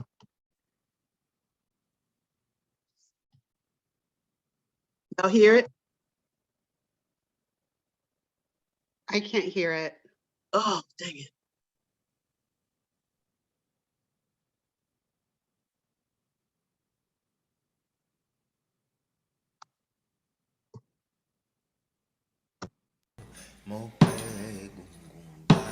Can you hear it? Here, but we can't see it. Oh. Okay. Let me stop it. Aumba wa ori, aumba wa ori, awa osun, awa oma, lady oma, lady o, bobo egun kawe, aumba wa ori. Can you see it? Try it again. We can try it again. Yeah, I'm gonna try it again. Okay, yeah. You might have to just play it from YouTube as opposed to through the point. Right.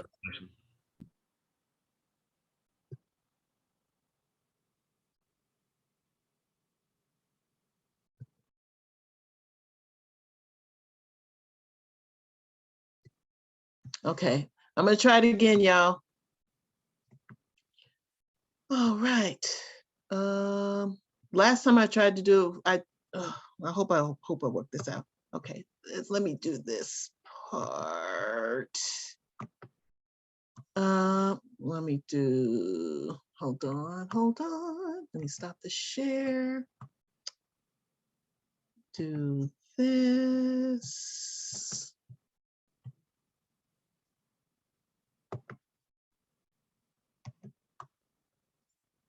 Okay.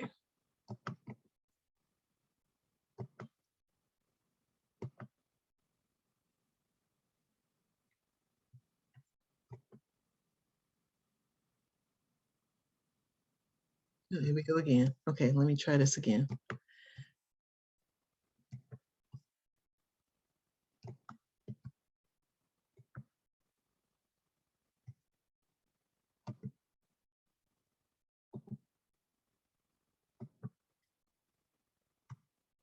Okay.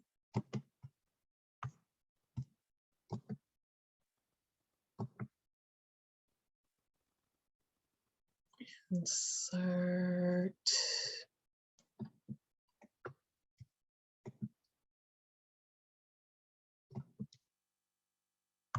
Video. Here we go.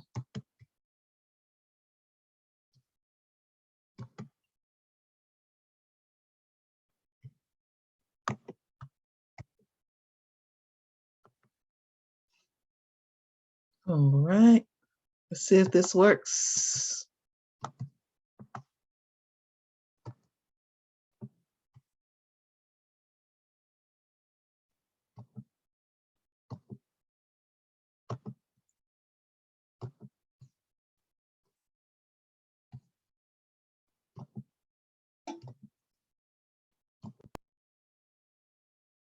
Okay.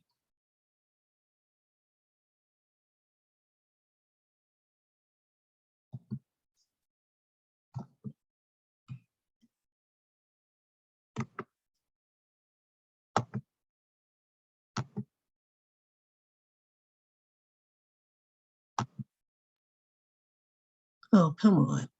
Seriously? Okay. We'll get it together. I promise. I promise. Can y'all see it? Not yet. Not yet. Okay, let me. It says you started screen sharing. Right. Okay, let me just do it this way, see if it'll work.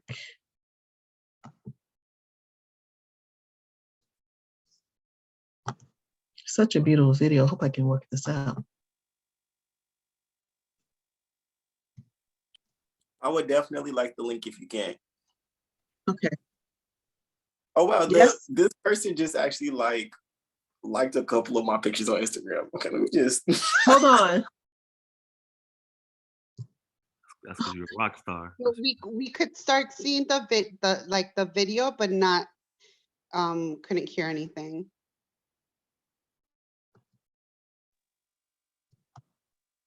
So you cannot hear it, but now you see it? So we see something, but it's like it's like different pages that are open. This is weird. Can you hear it? no. Yes. Okay. Yes, it's you haven't played it yet. Oh, Press it again and see. okay.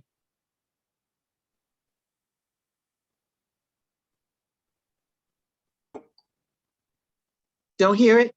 So No. far there's no sound, no sound.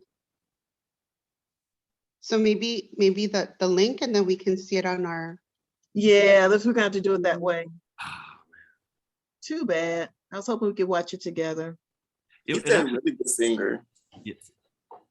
Yeah, it's my somebody who I've worked with. She's a incredible she's an incredible vocalist. It was actually playing when you actually were in the YouTube. Was? Well, the video was playing, but the audio wasn't. When you had the tab, yeah. Oh. I'll try it now and see if you. Does it start?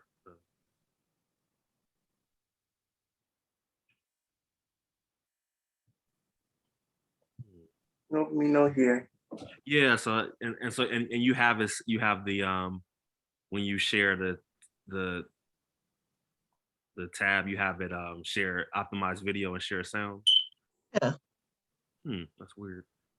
Okay. Let me see. Let me try this again.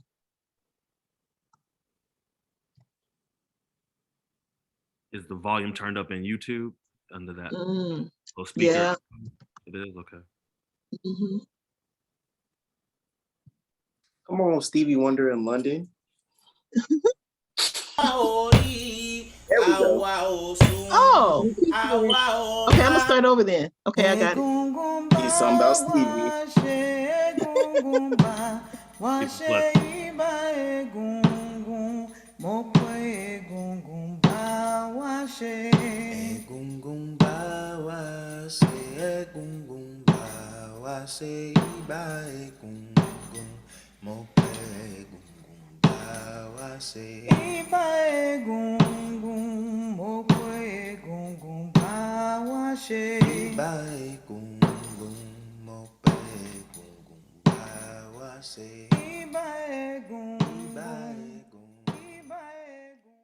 Aumba wa ori, aumba wa ori, awa osun, awa oma, lady oma, lady o, bobo egun kawe.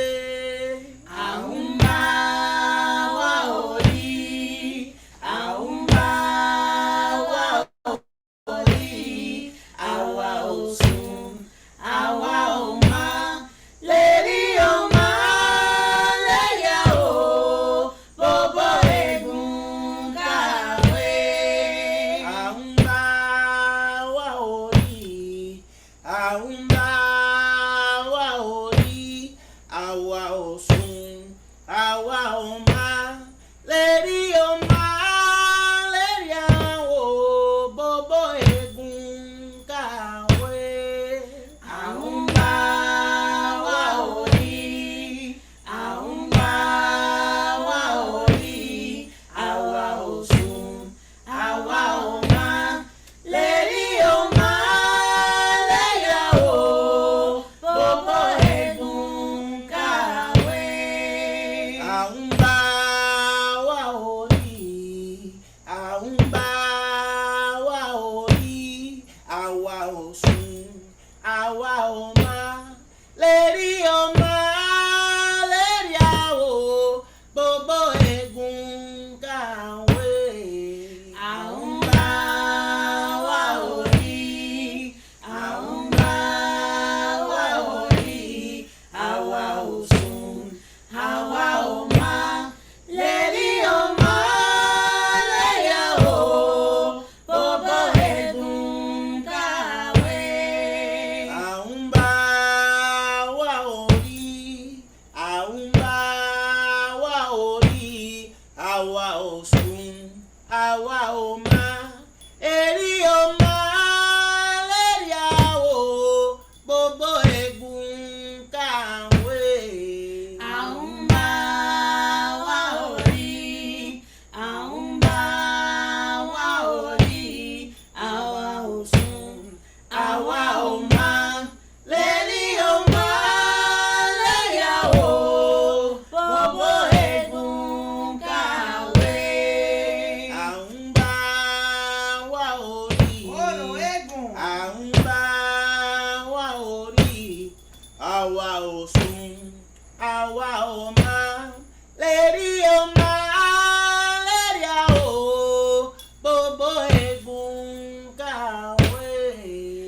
Aumba wa ori, aumba wa ori, awa osun, awa oma, lady oma, lady o, bobo egun kawe. Aumba wa ori, aumba wa ori, awa osun, awa oma, lady oma, lady o, bobo egun kawe.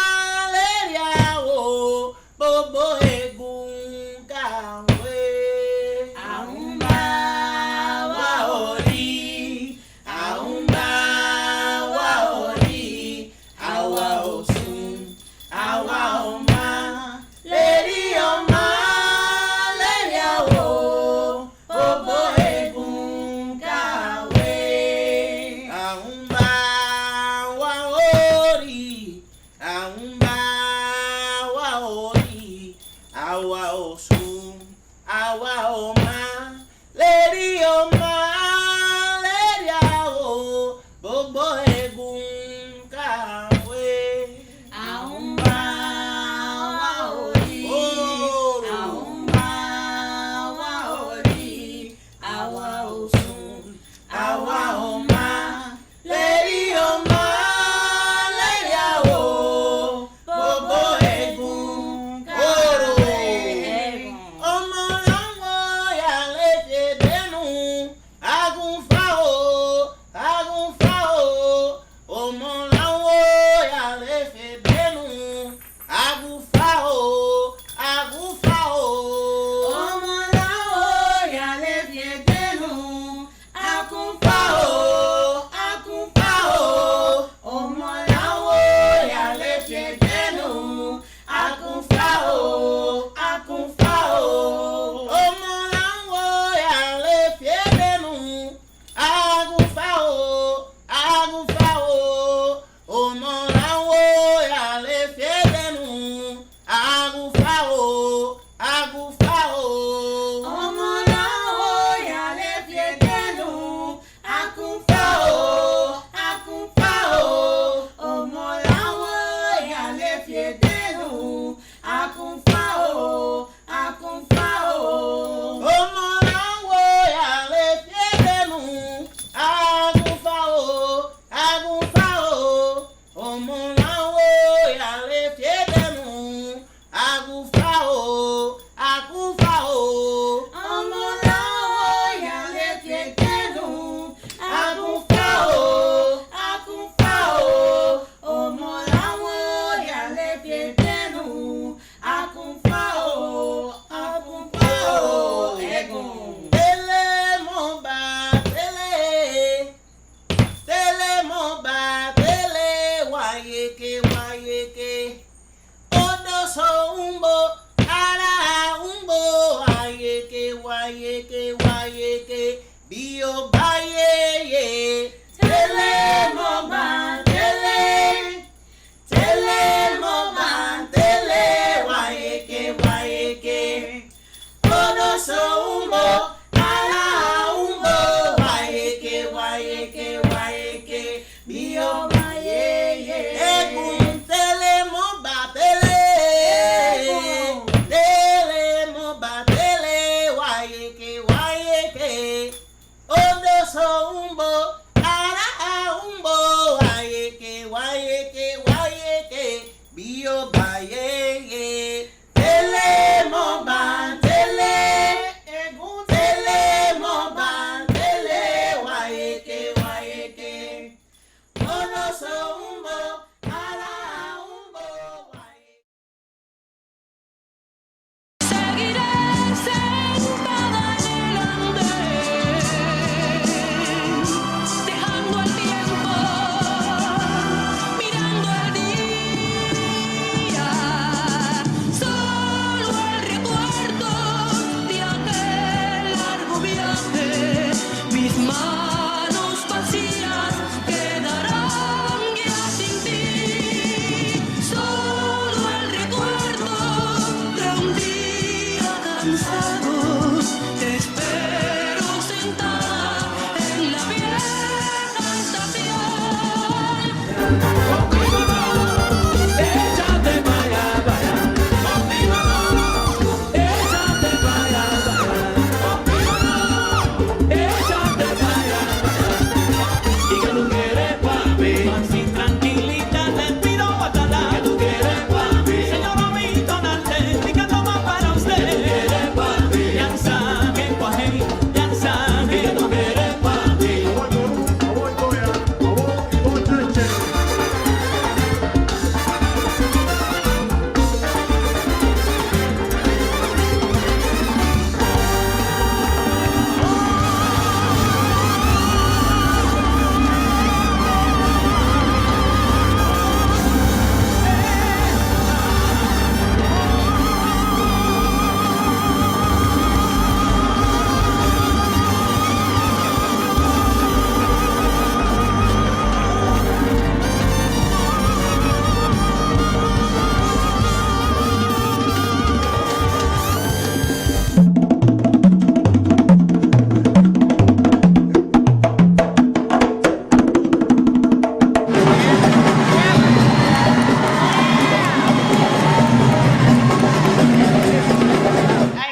am critical of the notion of safety in my work.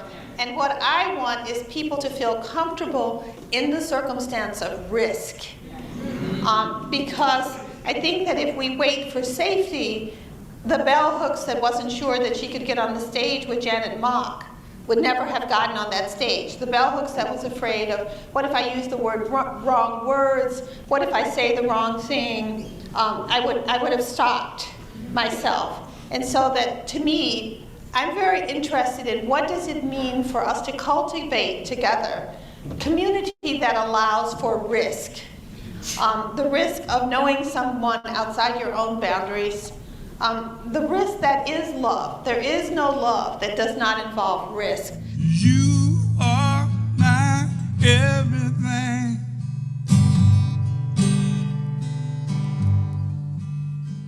You've given me flowers in the spring, sweet songs to sing, everything, everything.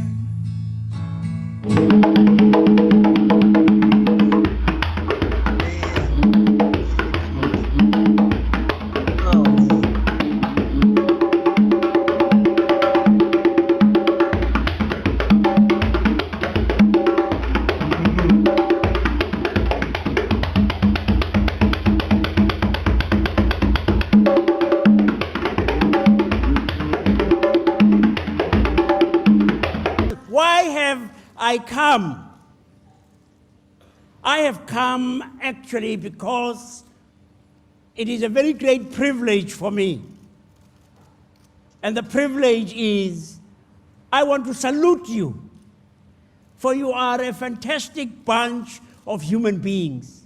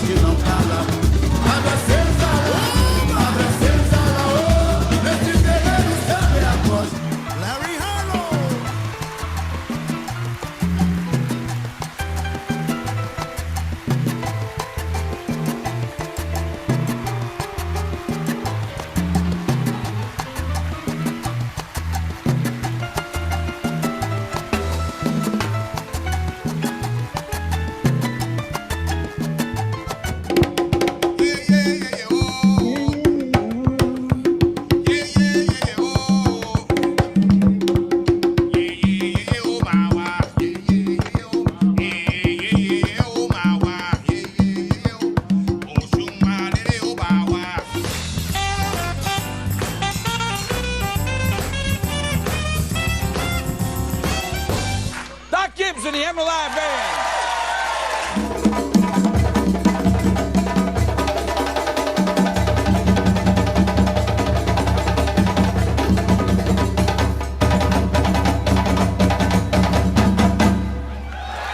Yes, that's true. The function of the soul is extremely carefully examined, because the soul is not an entity that has a start and an end.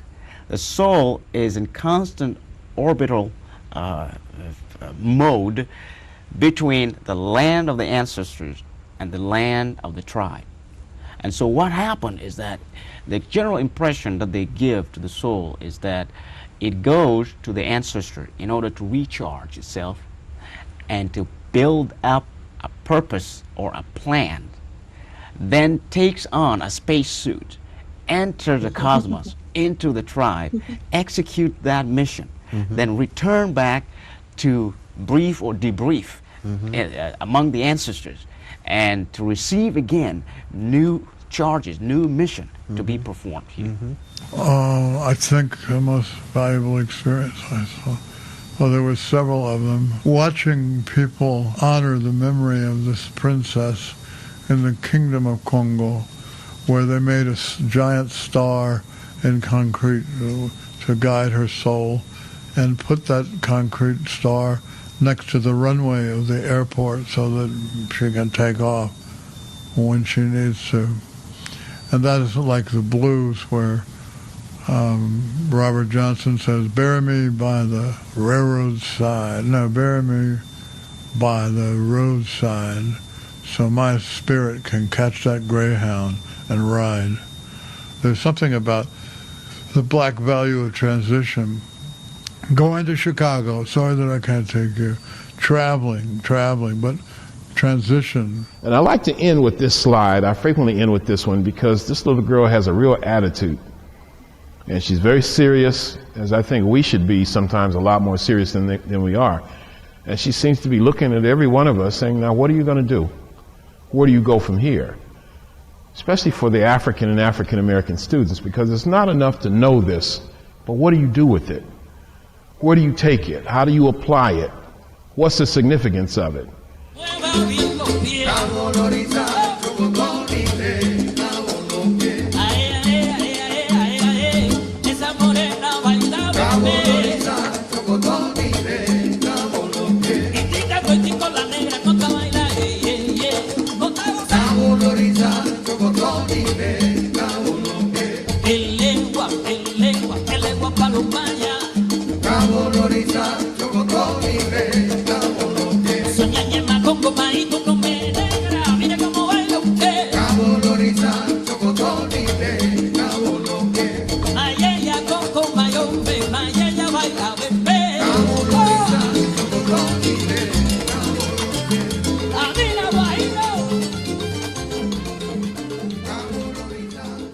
And this to me is one of the most beautiful things about African art, the ability to take a powerful idea and concretize it in a simple little thing, like you take a dime and pierce a hole in the middle of it and wear it. And outsiders would say, so what?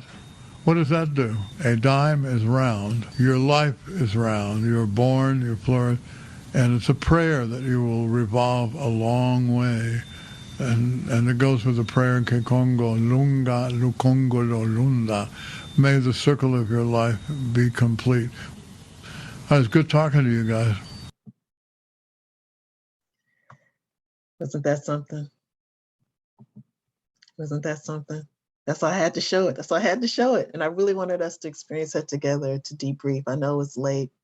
I know y'all been hanging with me for a minute, but I really wanted you all to see that. So thank you for hanging with me through the technical difficulties of that. But what are your, yeah, it's powerful. Wasn't it powerful? I really appreciate the work that this, the Lukumi priests who actually gather, speak to and gather, you know, knowledge of all of the elders that have passed throughout all of our traditions, right? It's not just Lukumi priests, it's not just Nigerian priests, it's not just Ifa priests, quote unquote, whatever that means. It's not just, Vodun or people who inherited spiritual legacies as chiefs and in their seating of in their kingdoms, which we also represented in there. You know, people who are literally considered divine representatives through the tribe and lineage they have. So it's a really beautiful and powerful testimony to the community that we're all a part of through this practice. That's why I really, and I think they do a really beautiful job with it every time. Yes, here is the link to the video. You all can have that and keep it, share it, reflect on it. I think it's a beautiful, beautiful thing that we do every year. And so we try to make sure we get that information to Iya Oloriwa. Some of you I don't know, maybe some of you have met her. She's come to our Ile. She and her son actually sang a drum pre-pandemic. Last time they sang a drum here. So yeah, they do really great work. Their family really is a family of musicians and artists. All of them are dancers, vocalists, drummers. So speaking of family lineage, So yeah, so I've shared my reflections. Are there any reflections anyone else would like to share? I saw a couple of hearts. Yes, Tiara. Nazi loved that. She And it was did. interesting because she when you did her reading, she has spirit of my great grandfather, and she was like completely not trying to eat her dinner, she was and I thought that was just so beautiful. Yep, and we also know from her Esentai, her reading, and from her blessing when she was born. I think we did it 9 days after she was born, or it's close to it, right? Yeah. Yep. Yeah, that her Odu she came in with was one that shared that she has very special gifts and talents with music. And that was before I kind of knew you sang, but I didn't know you sang. And I didn't know, that you played guitar. I was like, well, yeah. Yeah. Tiara get down. That's one thing she gonna do. I just be quiet with it, but yeah, so that was really profound because me and her, we've been trying to get back into that consistently. And another thing with her do is she's gonna be into the drums. So she was banging on that high chair. And I just thought it was so profound because this is something That's that right. I've She been was Odigbe. That's right. Yep. been trying to get her into it. She loved it. Yep. Spirit don't lie if you talk to it. Yep. It was a very clear reading. It was a really beautiful reading. And she has a beautiful name too that came from her naming ceremony. But yeah, so thank you for that. Any other reflections or thoughts anyone would like to share? Overall, the class thank you for the class. I think it's always a helpful reminder, kind of like I felt like a kind of a pull of ear from my ancestors, because a lot of the things that you shared are things that are have been shared with me in the past. So especially the slowing down and the being present. So I really appreciate the class, and yeah, it was really sad to see how many. I mean, it's always sad to lose folks, but particularly all the young people, all the young practitioners. I know young in priests, Chicago. yeah. Oh yeah, I know in Chicago we had I forgot his name, but he's Carlos.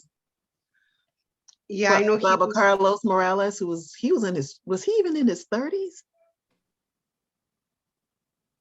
Is that Baba Leo's brother?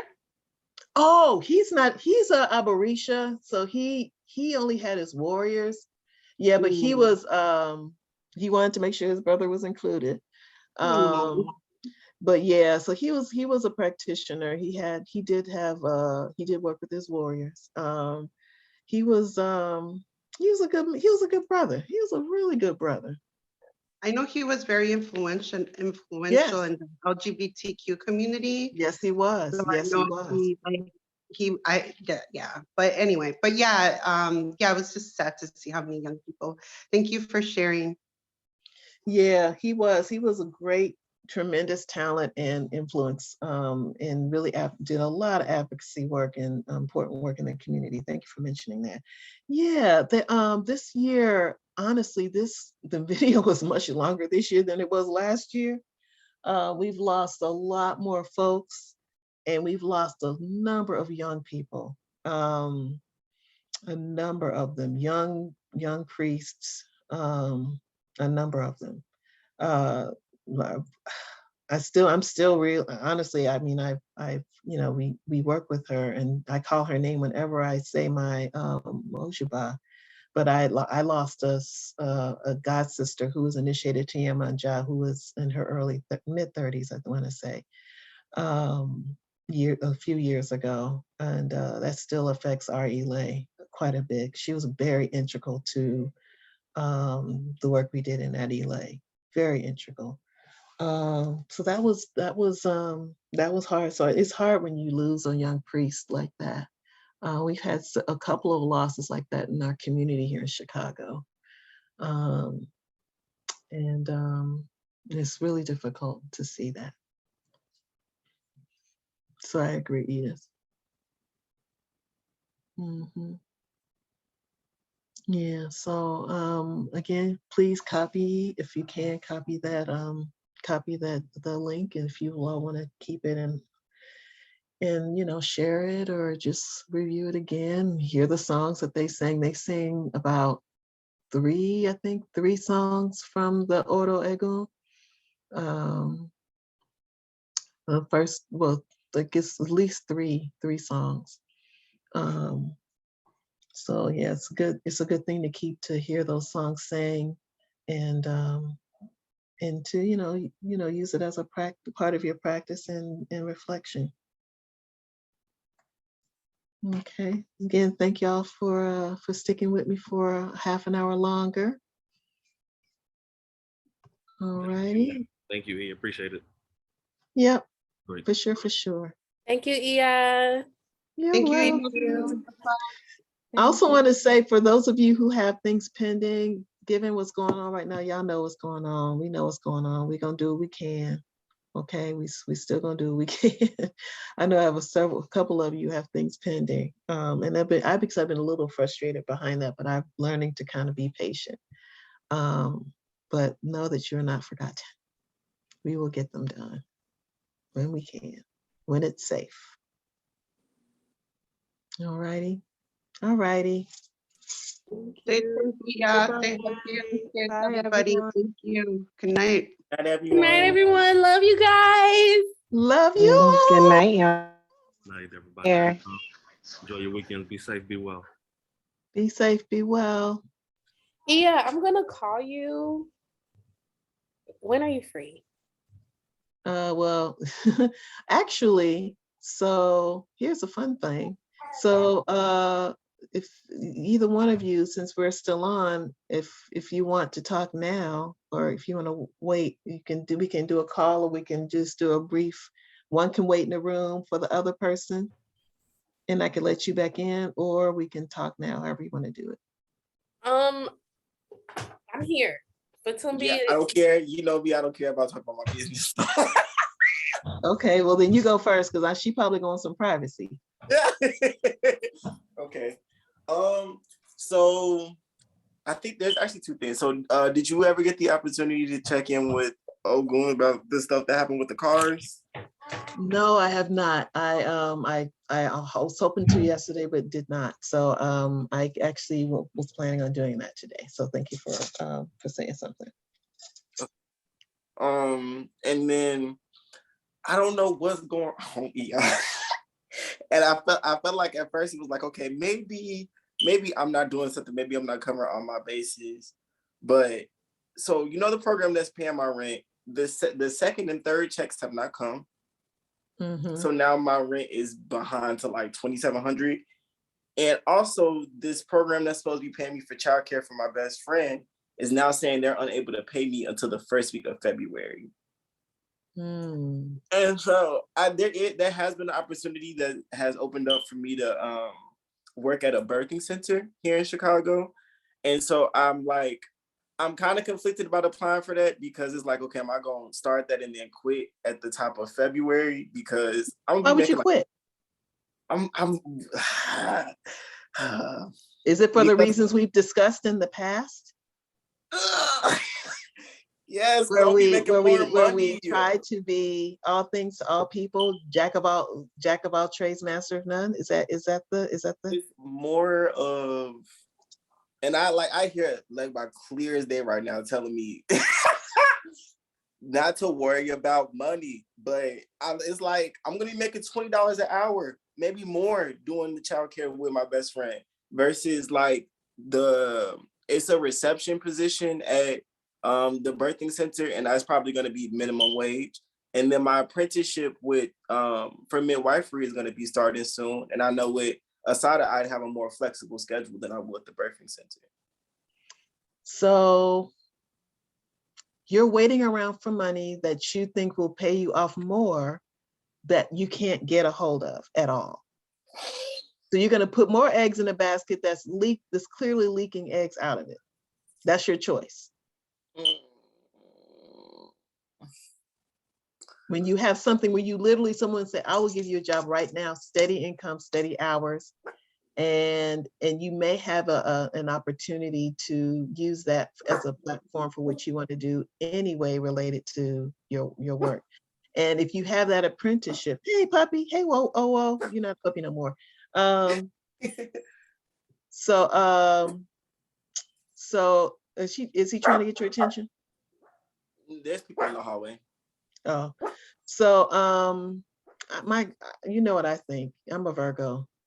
Go at what's practical and what you can actually do, and communicate. You don't have to put yourself in a bundle and think you have all these divided allegiances. Say, I have this opportunity to work at this birthing center, and I want to do it. Can I still do the apprenticeship? Why put ourselves in a bundle around that?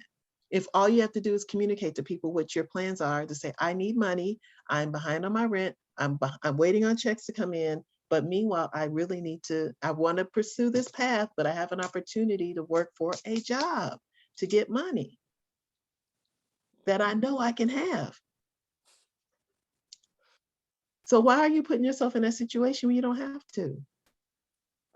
I think I'm more so concerned about like making commitments that I haven't been able to uphold, which is frustrating. Based on what? What do you mean based on what? Like the commitments that I'm making, or? Yeah, you're saying you can't make them. Are you impaired some kind of way? Is your body, you got some ailment I can't see? You got some mental block I don't know about? You got something else happening? I mean, there's can't and won't. There's a very big difference between those two things, and the difference is intention. So what is it?